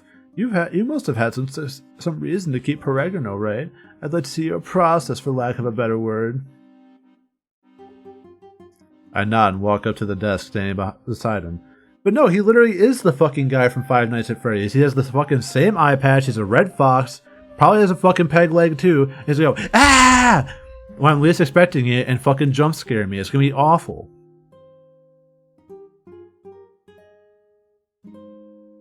You may begin the first phase. Remain silent but read the papers over. A few moments later, Damek grabs one of the papers. He inches closer to me and slowly turns it around. It's Alex's offer. He wants the trade bans to be lifted for Museo. If this is done, the pirates must all be offered jobs at Museo Shipping Company. Piracy will be no more, and Museo will turn into a nation of free trade. In exchange, he can offer the ships and crew of those who side with him. This makes up approximately 35% of the total pirates in Museo. He cannot guarantee how Nada's followers will react to this change. Damek places the paper face down and quickly grabs the other one. He shows no expression, wearing the perfect poker face. Turning the paper around, it's time to see the other half. It's Nada's offer. I'm really good at figuring it out by the rule of elimination. The process of elimination, fuck. She wants Museo to be divided into two. If this is done, all the pirates will move to a new nation out of Museo's way. Of course, she must be declared head of this new pirate nation. Furthermore, her demands include more details about the division of Museo. It's done so in a fashion that gives both sides equal market and residential space. Mazeo currently owns all of this, so it would negatively affect the nation. In exchange, she can offer approximately 65% of the total pirates in Mazeo. This includes a massive arsenal of ships, making Alex's offer seem inconsequential. Both demands share one thing in common: pirates' criminal records are to be wiped. Damek places the second paper face down and shrugs. Well, I guess that's it then. Grizz nods. Indeed, we can move to Phase 2. Alex and Nada, it's your turn to step forward. Your verbal demands must match the papers. In response to Grizz's order, they both step forward. This whole thing seemed incredibly well thought out. There was no room for error in any possible way. My demands are quite simple, actually. All pirates will have their criminal records erased. Furthermore, the trade bans will be lifted from Mazeo. We could be playing Dream Daddy right now, but unfortunately I wrote the check of Winds of Change and my ass cashed it, so here we are. Furthermore, the trade bans will be lifted from Mazeo.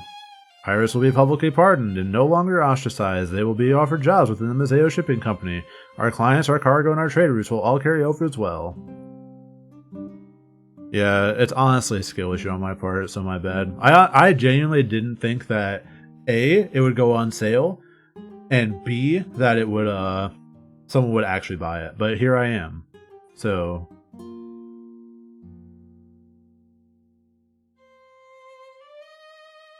this will reintroduce us to society and legitimize all of our efforts. Mazeo will be free as it once was, and it always should be.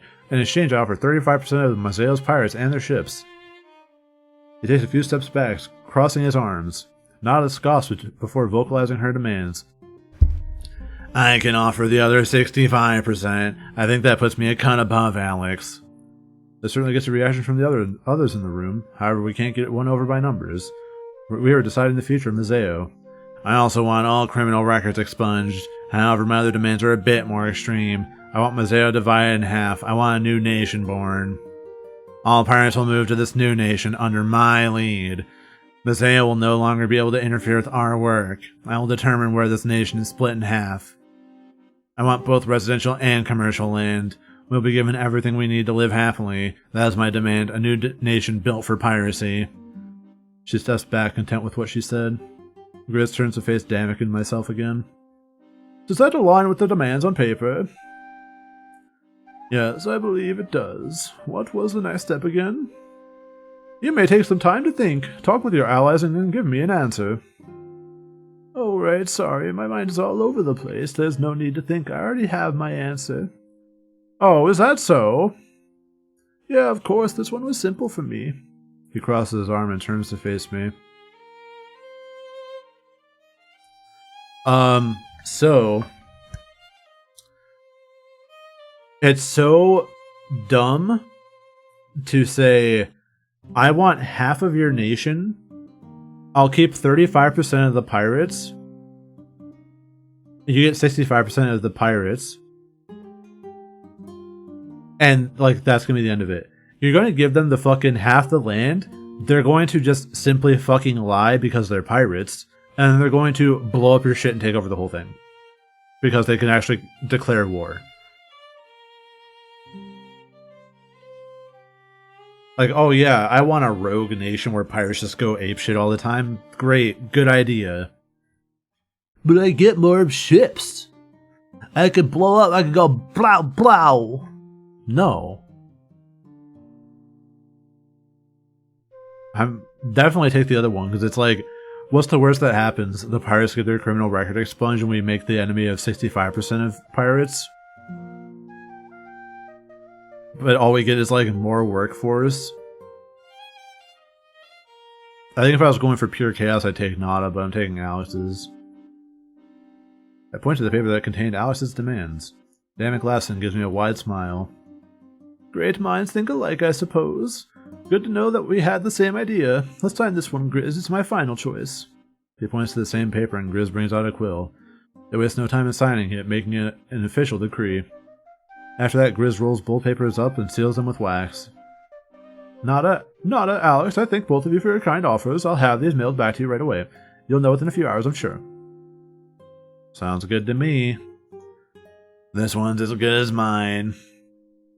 After saying their final words, they both leave. An awkward silence overtakes the room. You're free to talk again, you know. Wait, we just didn't want Alex and not to know Damoc's choice. After hearing that, everybody's at ease. How many fucking pirates are there? At least 2. Well, at least... Yeah. I think 100's the safe bet, but I'm gonna say 10 because I like the idea of half a pirate, because he has, like... There's 2 pirates with peg legs. So they're the 6.5 and the 3.5. Well, 4 pirates with peg legs, sorry.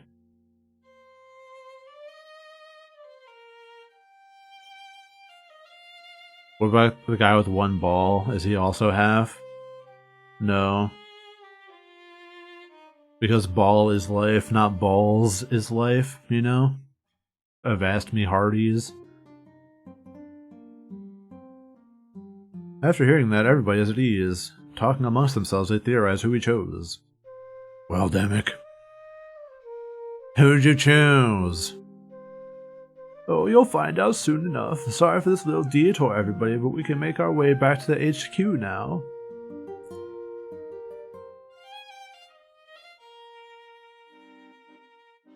I'm pure as fuck, boy. So I think we should cut through the docks. It's crowded, but it'll make it for a nice shortcut. We're already running behind schedule. He sneers at Pro, who quickly backs off. Aura tastes the message as well and stops asking. I hope you got what you needed, Damoc, but attacking Baltius will be no easy feat. We'll be more than fine, Grizz. I trust you can handle things from here.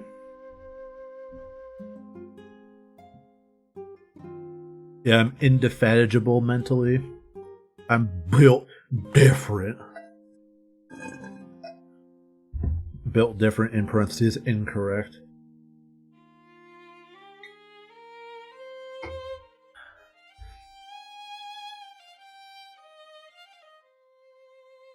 Of course, but there may be some contempt coming. Don't be surprised if Alex or Nada comes fuming to you. Of course, thank you so much, Grizz. We couldn't do this without you. Don't worry about it. I'll just make sure I don't regret this. Crossing the Triumvirate is a bad idea. You won't, I promise. If you'll excuse us, though, we need to go. I still have to give them the grand tour, after all. Grizz nods, and it seems we're dismissed. Does the guy on the left not have nipples? No. I don't think that... I feel like nipples are uncommon in furry art. Someone more attuned to it can tell me, but if I'm wrong... I got snippled, true. 100% morale. Alright, let's go. I'll make the announcement back of HQ. We'll have a new ally and a lot more power. He holds up a closed fist to his chest, resolute. We're going to do this, I know it. Furries are hatched, not born. I didn't know that. How foolish of me.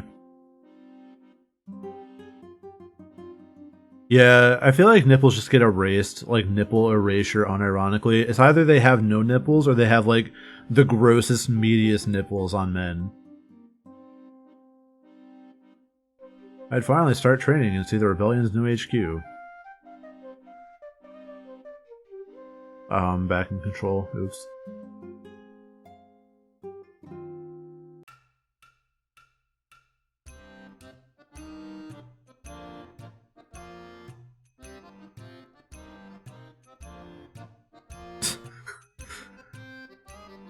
Anything in the vicinity of anime that don't exist. Male characters don't have them 14. Yeah, exactly.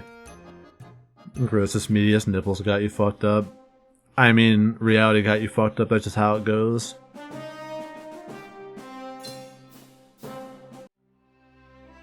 When we arrive at the docks, we finally get an up-close view of everything. There's like 3 fucking ships. We arrive at the... it's a massive shipyard with vessels both arriving and departing. People run in every direction, a mixture of workers and pirates. I suppose they share the same workspace. It's interesting how I can discern a pirate from their clothes and demeanor. Yar har har, me a pirate, matey! I'm going to go walk the old blank and go to the saltiest spittoon. I'm so glad, I'm so smart. How can I see that this guy is a pirate? Yar har har, shiver me timbers! Oh man, I'm just a genius.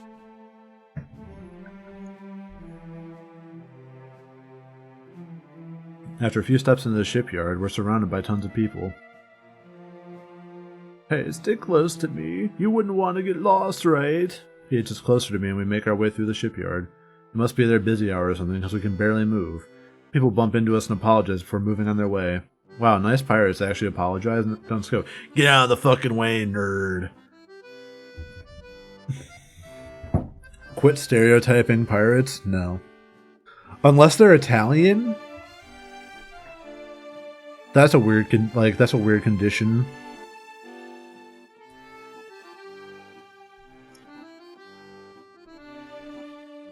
We're heading up that bridge there. He points forward to a bridge in the distance that we will head up. At this rate, it would take hours to get there. Fortame lets out an exasperated sigh. Seriously? How much longer is this gonna be? Oh, don't be so dramatic, Fortame. We'll be able to rest before you know it. Enjoy the journey. Museo is beautiful. Alright. Fortame continues walking, defeated. As we inch our way forward, we start to lose hope. However, it isn't long before that hope is kindled again. Hey, Damek!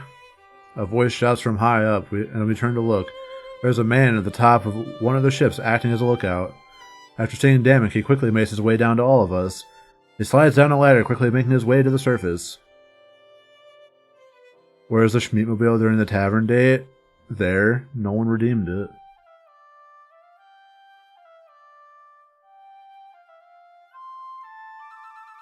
I'm not giving him a voice either. This guy's too generic to matter for more than 10 minutes. Where have you been? It feels like I haven't seen you in ages. He jumps over the edge of the ship, landing on the ground with style. I can tell he's a pirate, and he must be another ally. That was good. In the upcoming battle, we'd need as many allies as possible. That guy patted his blouse, yes. Grayson, it's good to see you again. Don't worry, it's nothing personal. I'm just busy. We've been cooking up something really special. Special, huh? Well, that's all you had to say. You know I've got your back and everything. Damek steps closer and whispers in Grayson's ear. No doubt he's confiding in Grayson about our recent choice. This Grayson Allen of the Milwaukee Bucks. Yeah. Rip the Bucks. I can't wait for him to hard foul me. And everyone will forget about it in like a week. Oh, an alliance? Beautiful, we'll be working together more then. And I must say, you made a fine decision, Damek. He smiles and makes an interesting signal with his arms. A few moments later, a bunch of people in our way quickly move. Gotta get back to church, I'm guessing. Sorry about my crew, they're good at getting in the way. In fact, I'm not so sure what they're good for these days. Between every few words, he glances behind Damek. His eyes shift between Valletta, Fortame, and myself. Can I help you with something? Oh, sorry, not at all. He just looked familiar, that's all. Like some pirates Nada used to work with. Familiar? Grizz just said the same thing, actually. Just one of those faces, I guess. Not just any faces, mind you. I was taken aback because you look like the legends. You looked like legends. A few infamous pirates from back in the day, you know. Pirates? No relation, I assure you. She laughs and Grayson nods. Yeah, just a small world. It seems like he's unsure if that's an insult or not. And for that matter, so does Valletta. Grayson lets it slide. A few moments later, he climbs up a netting on the side of the ship. It isn't much longer until he's back to the top of the mast, looking out. He shouts to his crew and they move aside, leaving an open trail for us. Were all these pirates his crew? He must be a man of great influence. He must be an influencer. Cringe. It's always good to have friends in high places. There's still people wandering the shipyard, but not as many as before. In fact, we'd be able to continue forward without any issue at all.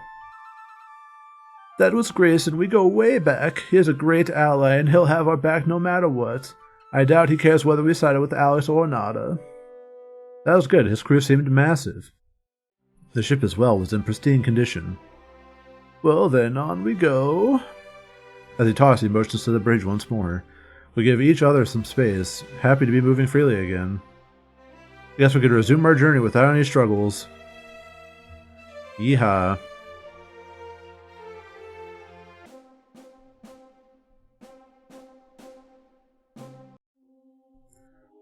After what feels like ages, we've reached the end of the bridge.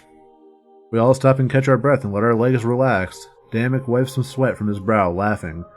A bit of a workout, isn't it? Hopefully the trek was worth it. So, what do you think of our home? He stands proud, staring at the nearby church. After getting our bearings back, we look on in awe. Whoa, this place is crazy! I've never seen anything like it before. Yeah, it sure stands out, doesn't it? Don't worry, that works to our advantage. When hiding, I find the most obvious spots is the best. I guess I'd never expect their own church. But here's the question, why are there only 2 statues? It's the triumvirate, right? Shouldn't there be 3? I don't know, actually. It's a bit odd when you think about it, but maybe they just didn't have enough space. He laughs, awkwardly shuffling in place. Why does everyone just fucking hit the gritty whenever they're awkward in this game? He laughs, hits the gritty in place.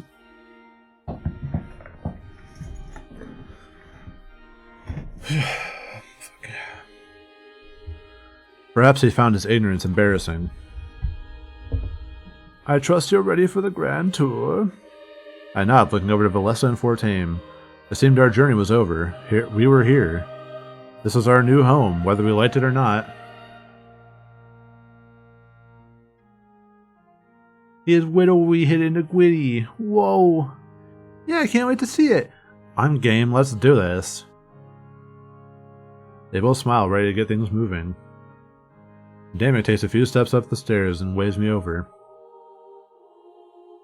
After you, of course. It'd be rude to do this any other way. An esteemed guest of ours should always be first. I nod and get ready to enter the church and commit grievous sins within it. Ulrich, Pro, Valessa, and Fortame wait for my move. It seems almost everybody respected Damek's authority.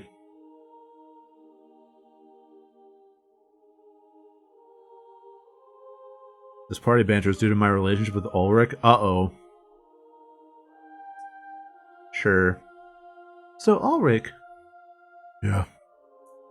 I saw you and Pants in that tavern. You two were getting awfully close. Your point is?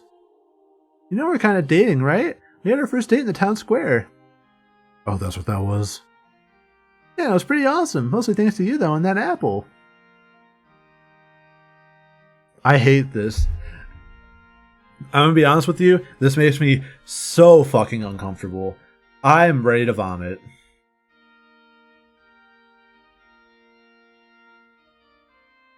This is nauseating, disgusting, I hate it.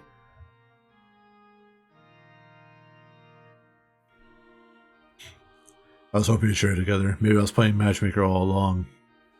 Yeah, right, nobody is that smart. You're not giving me enough credit, little one. Anyway, you don't mind that we're... Oh, of course not. The more the merrier. Pants has a lot of love to go around. Yeah, more than I thought, actually. I'm sure you and I will be getting closer now, too. No objections here. Alright, now I'm even more uncomfortable. How the fuck do they manage just to fucking 180 that shit in my fucking face? Holy. How does...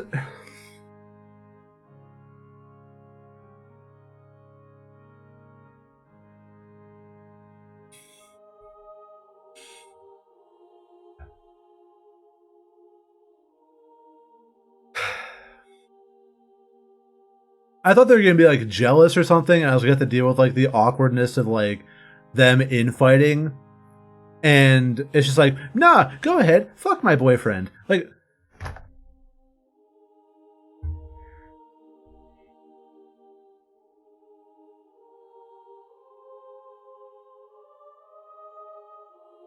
Fontaine's not seething though.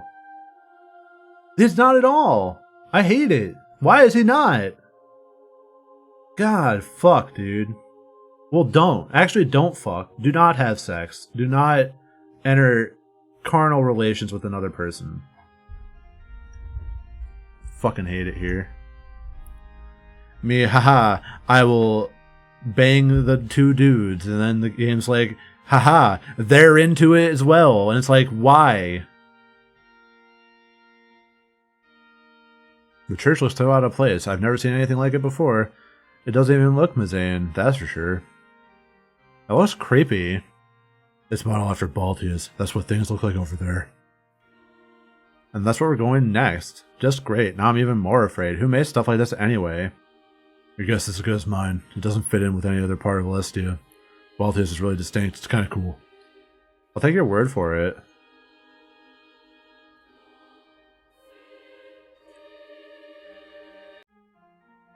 As soon as we enter, Danik walks down the center aisle. He trails a finger along the pews as he does, gathering up dust.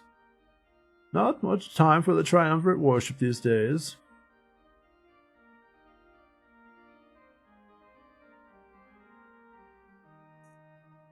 Is that color actually a teal? I'm just slightly colorblind, so I thought it was green as well. He makes his way to the spirit idol at the back of the church. Clapping his hands together, he frees himself of the dust.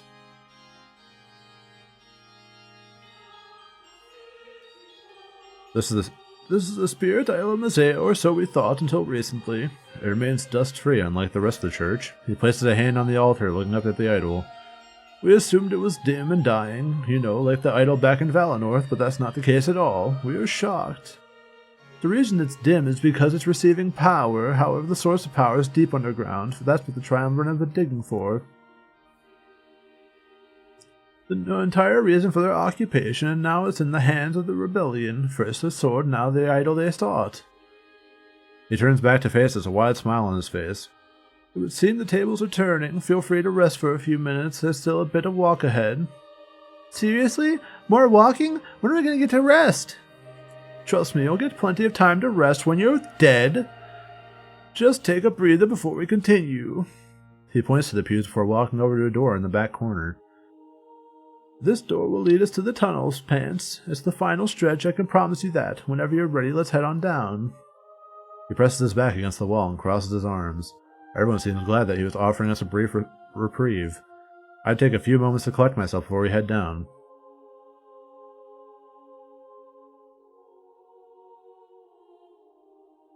Hey, Fortame? Yeah? I saw you and Pants run off into an alley earlier. What were you two doing back there exactly? Oh, we were on a date. What? Seriously? Oh, don't act so surprised. You might hurt me. No, it's not that. There's just so much going on. Are you sure that won't interfere with anything? Of course not. I think we're smarter than that. Besides, it was perfect. We shared a Mazaea and apple. Wow, how romantic. I had to be there. I think I'll pass. It's good to see you enjoying yourself, though. There's just too much on my mind for that kind of stuff. Just wait until we get to the Rebel HQ, Velissa. It'll be a life of luxury, you'll see. There'll be plenty of time. We can dream. Good. Let's a fucking go. Why? Whatever. First we gotta go into the darkest dungeon key art. After we enter the door, we spend a few minutes descending into darkness. Soon enough, however, we reach an area with torches lighting the way. It seems to mark a path straight forward. This must be it. Wow, it's so dark. I can't even see where I'm going. Just give it a few minutes. Your eyes will adjust. I remember my first time down here. I was terrified. He presses his back against the wall and waits, as he does every single time. We all do the same and wait until everyone can see. The torches only help so much. We put a majority of them in our actual HQ. Basically, we only have them down here to... He cuts himself off and looks further down the tunnel. Everyone quiet. Backs against the walls, now! We did as instructed, and I notice an aura of fear overtake us. I stare down the tunnels, and I see a suit of armor start to emerge. White and gold, just like my vision. It takes slow, clunky steps. I look over at Velissa and Fortame. She's fine, and he's shaking. He glances back at me, and I nod, letting him know that things will be fine. It isn't much longer until the suit of armor reaches our location. It stands between all of us as we press ourselves against the wall. It's almost like it can't see. It has no idea that we're here. That's odd. It even turns its head to the sides, looking straight at us without reacting. Fuck. Loud-ass music.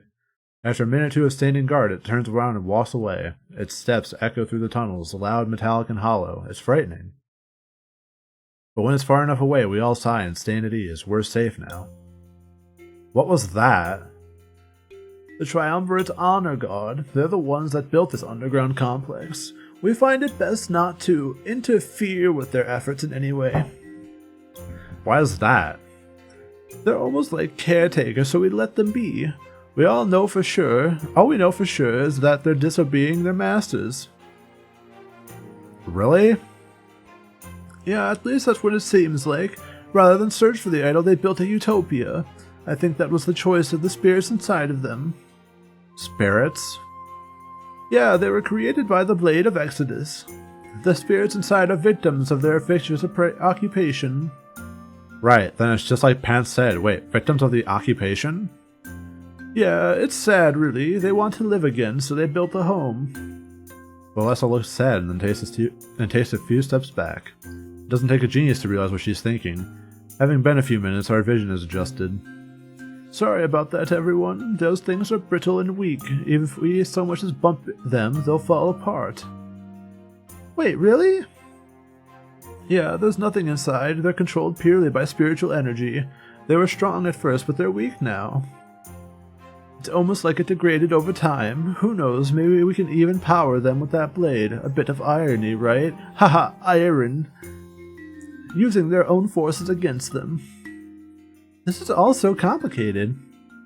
Yeah, and I'll admit that even I don't know everything, but we won't get to that point if we don't keep moving. The motion to enter the end of the tunnels. So shall we? Shall we go to our polycule fuck chamber? We all nod as we continue to move through the tunnels. However, Damek seems distracted. There's something on his mind. I guess even a man in his position can't have a grasp on everything. Everyone makes a conversation amongst themselves as we continue. Perhaps it'd be a good idea to talk with Damek for a little bit more. It seems like we still have a bit of walking ahead of us after all. I don't care about Damek's heart to heart. Any disagreeers in chat?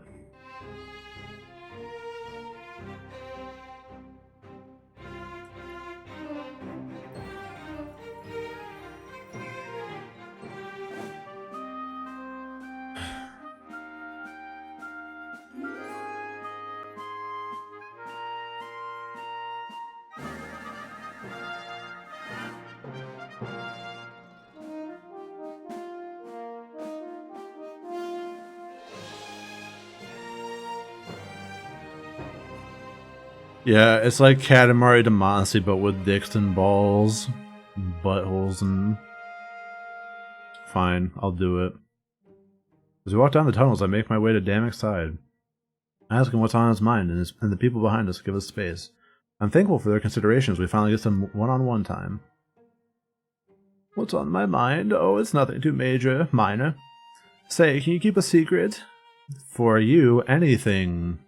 Again with the flattery. You already made a good impression, you know. You keep doing that, I might just get the wrong idea.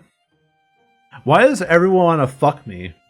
I get that it's a video game, but like, please at least let me suspend my disbelief a little bit and pretend like these are people that actually have feelings. Someone out there's going, fucking furries aren't people, dude. They're fucking animals. Die. In a video game. Just kidding. Maybe people were too let down by the lack of fucking in Major Minor.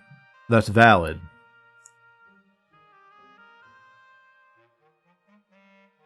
You are some sort of chosen one style individual, but I'm also me and I'm ugly. I don't want to lie to myself via video games. That's not helpful for me progressing my life. It's escapism to the nth degree, and it doesn't help me to pretend like I have confidence. He blushes and hits the gritty, embarrassed. I'm not sure why he trusted me so easily, but I'm not complaining. Furries be horny, but that's the thing, there's no actual, like, sexual scenes, and that's tight. That's why I played this game, because, like, if you go on the Steam discussions for this game, literally, like, the first post is, like, where's the fucking 18 plus patch? And the developer's like, no. They're like, why is there not an 18 plus patch? And it's like, there literally is no sex in the game. And I'm like, good, thank you.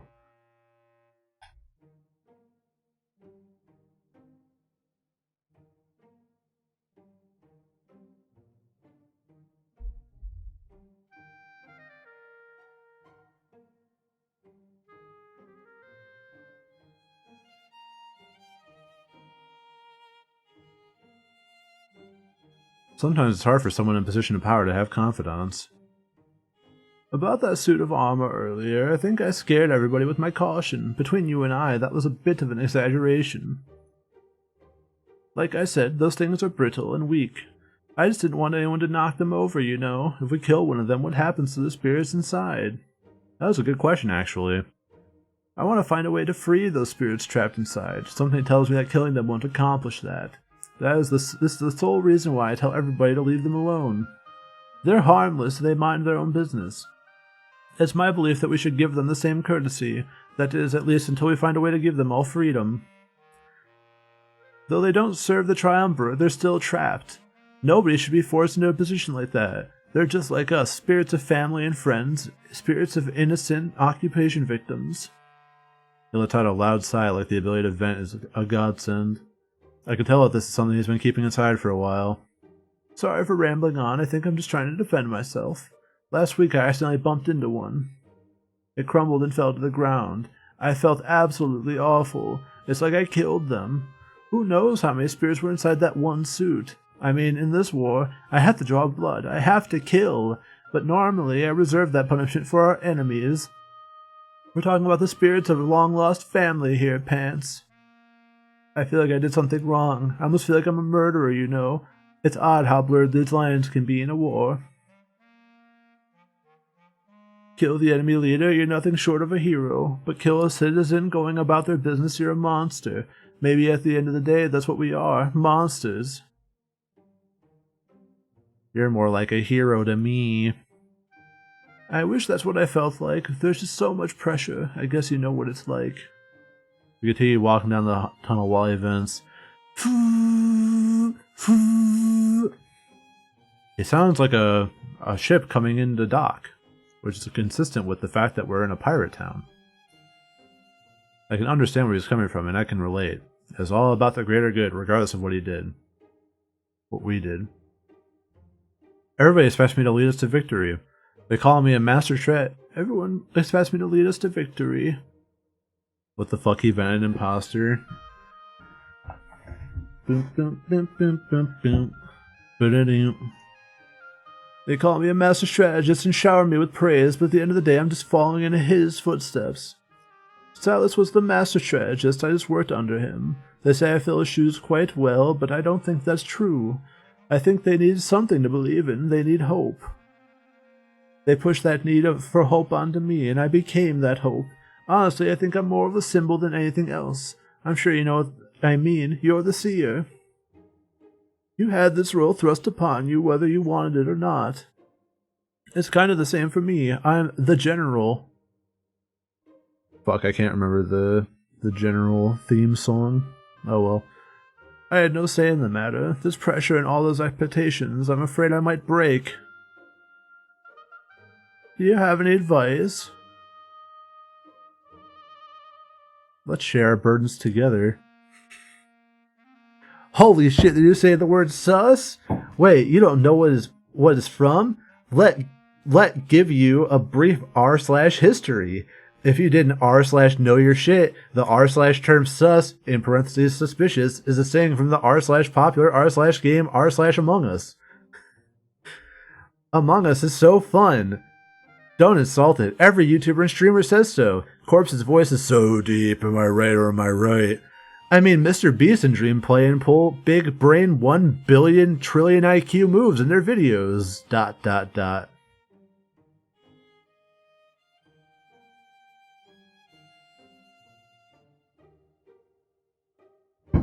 It's true. Mr. Beast actually is an Amogus genius. A mogul, if you will. Together, like a second in command. I actually like the sound of that. We'd be a team, something to think about at least. Thank you. I guess there's not much more we can do, huh? Perhaps we'll have some more time to talk later on. My doors are always open to you, Pants, I promise. He gives me a slight smile and we continue to walk. The end of the tunnel is growing ever closer. It seemed like this leg of the journey was over.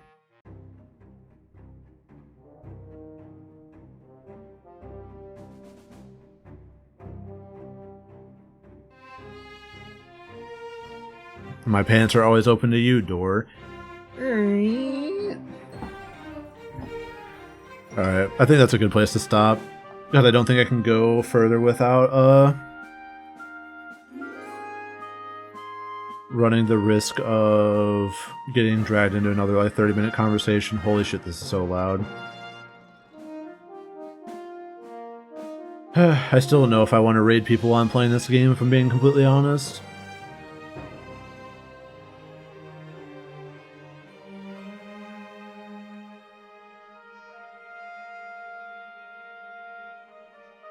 I'm not going to. I'll do a soft raid so that they don't shout me out.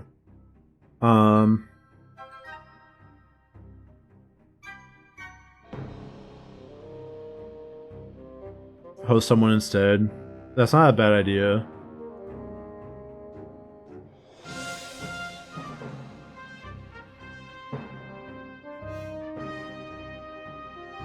I thought they removed hosting.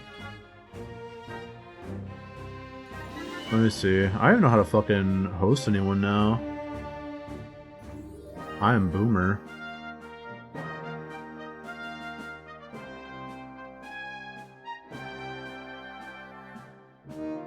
Oh, is it just host? Okay.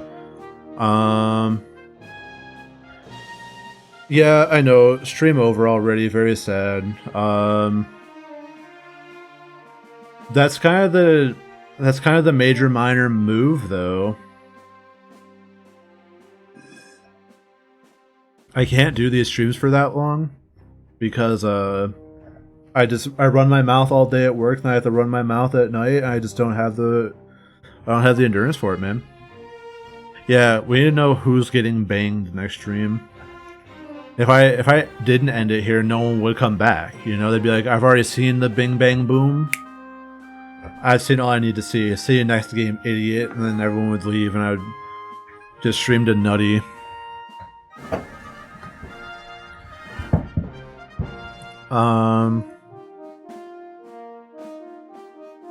Four tame spots look like lesions. Maybe he does have lesions. I don't know, man. I'm not a furry health expert.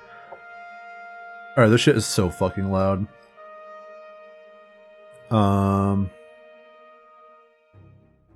Yes. But yeah, I'll be back on Friday. And, well, I should be back on Friday, barring any extreme circumstances.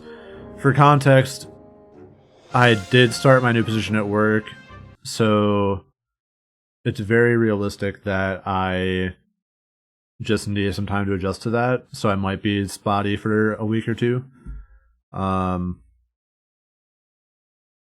So we'll see how that pans out. But I'm aiming to be back on Friday. We'll see what happens. It's not even a new job, it's just a new position in the company that requires a bit more personal interactions than before. So that's all with that. Yeah, so I'll try to be back on Friday. I'll host someone, so don't worry about it.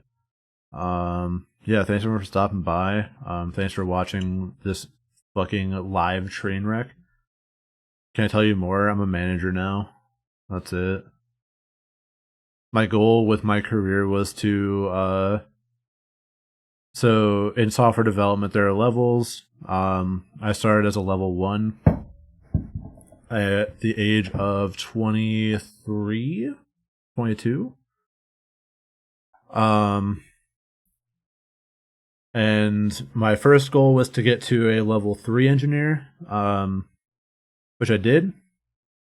Then I was a mid-level engineer across the board, and my next goal was to get to a senior engineer, which I did, via a few swaps with companies and stuff, like job hopping. So then my next goal after getting to senior was to get to management, because the first thing I was told is, when you're in software engineering, you have two paths. One is like architect, varying the code. Like all you worry about is getting requirements and designing code to make it work. The other side of it is management, where you're more focused on making sure people have the tools they need, and vetting requirements from the business and all that good stuff. So it's more of a support role versus more like a I've always viewed management as more of a support than anything. At least a good manager. A bad manager will just be an egotistical fuckwit. So now I have people reporting to me, which is crazy to think about. Which is scary, but I mean that is what it is. And yeah, now I get to get used to things that make me want to vomit sometimes, like anything with money, just I'll throw up. It's whatever. But yeah, thank you. Yeah, no, it's cool. I'm interested to see how it'll pan out, but we'll see. I don't think it'll be too long before I'm like back to normal. It's just the past few weeks have been kind of stressful for it. So I've been like soft doing the job for like 2 weeks, but now I'm like official. I have to fire 3 people tomorrow. That's news to me. I don't have to fire 3 people tomorrow.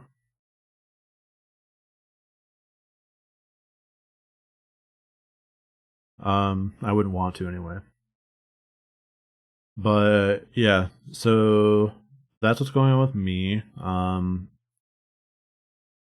I'll try to be back on Friday.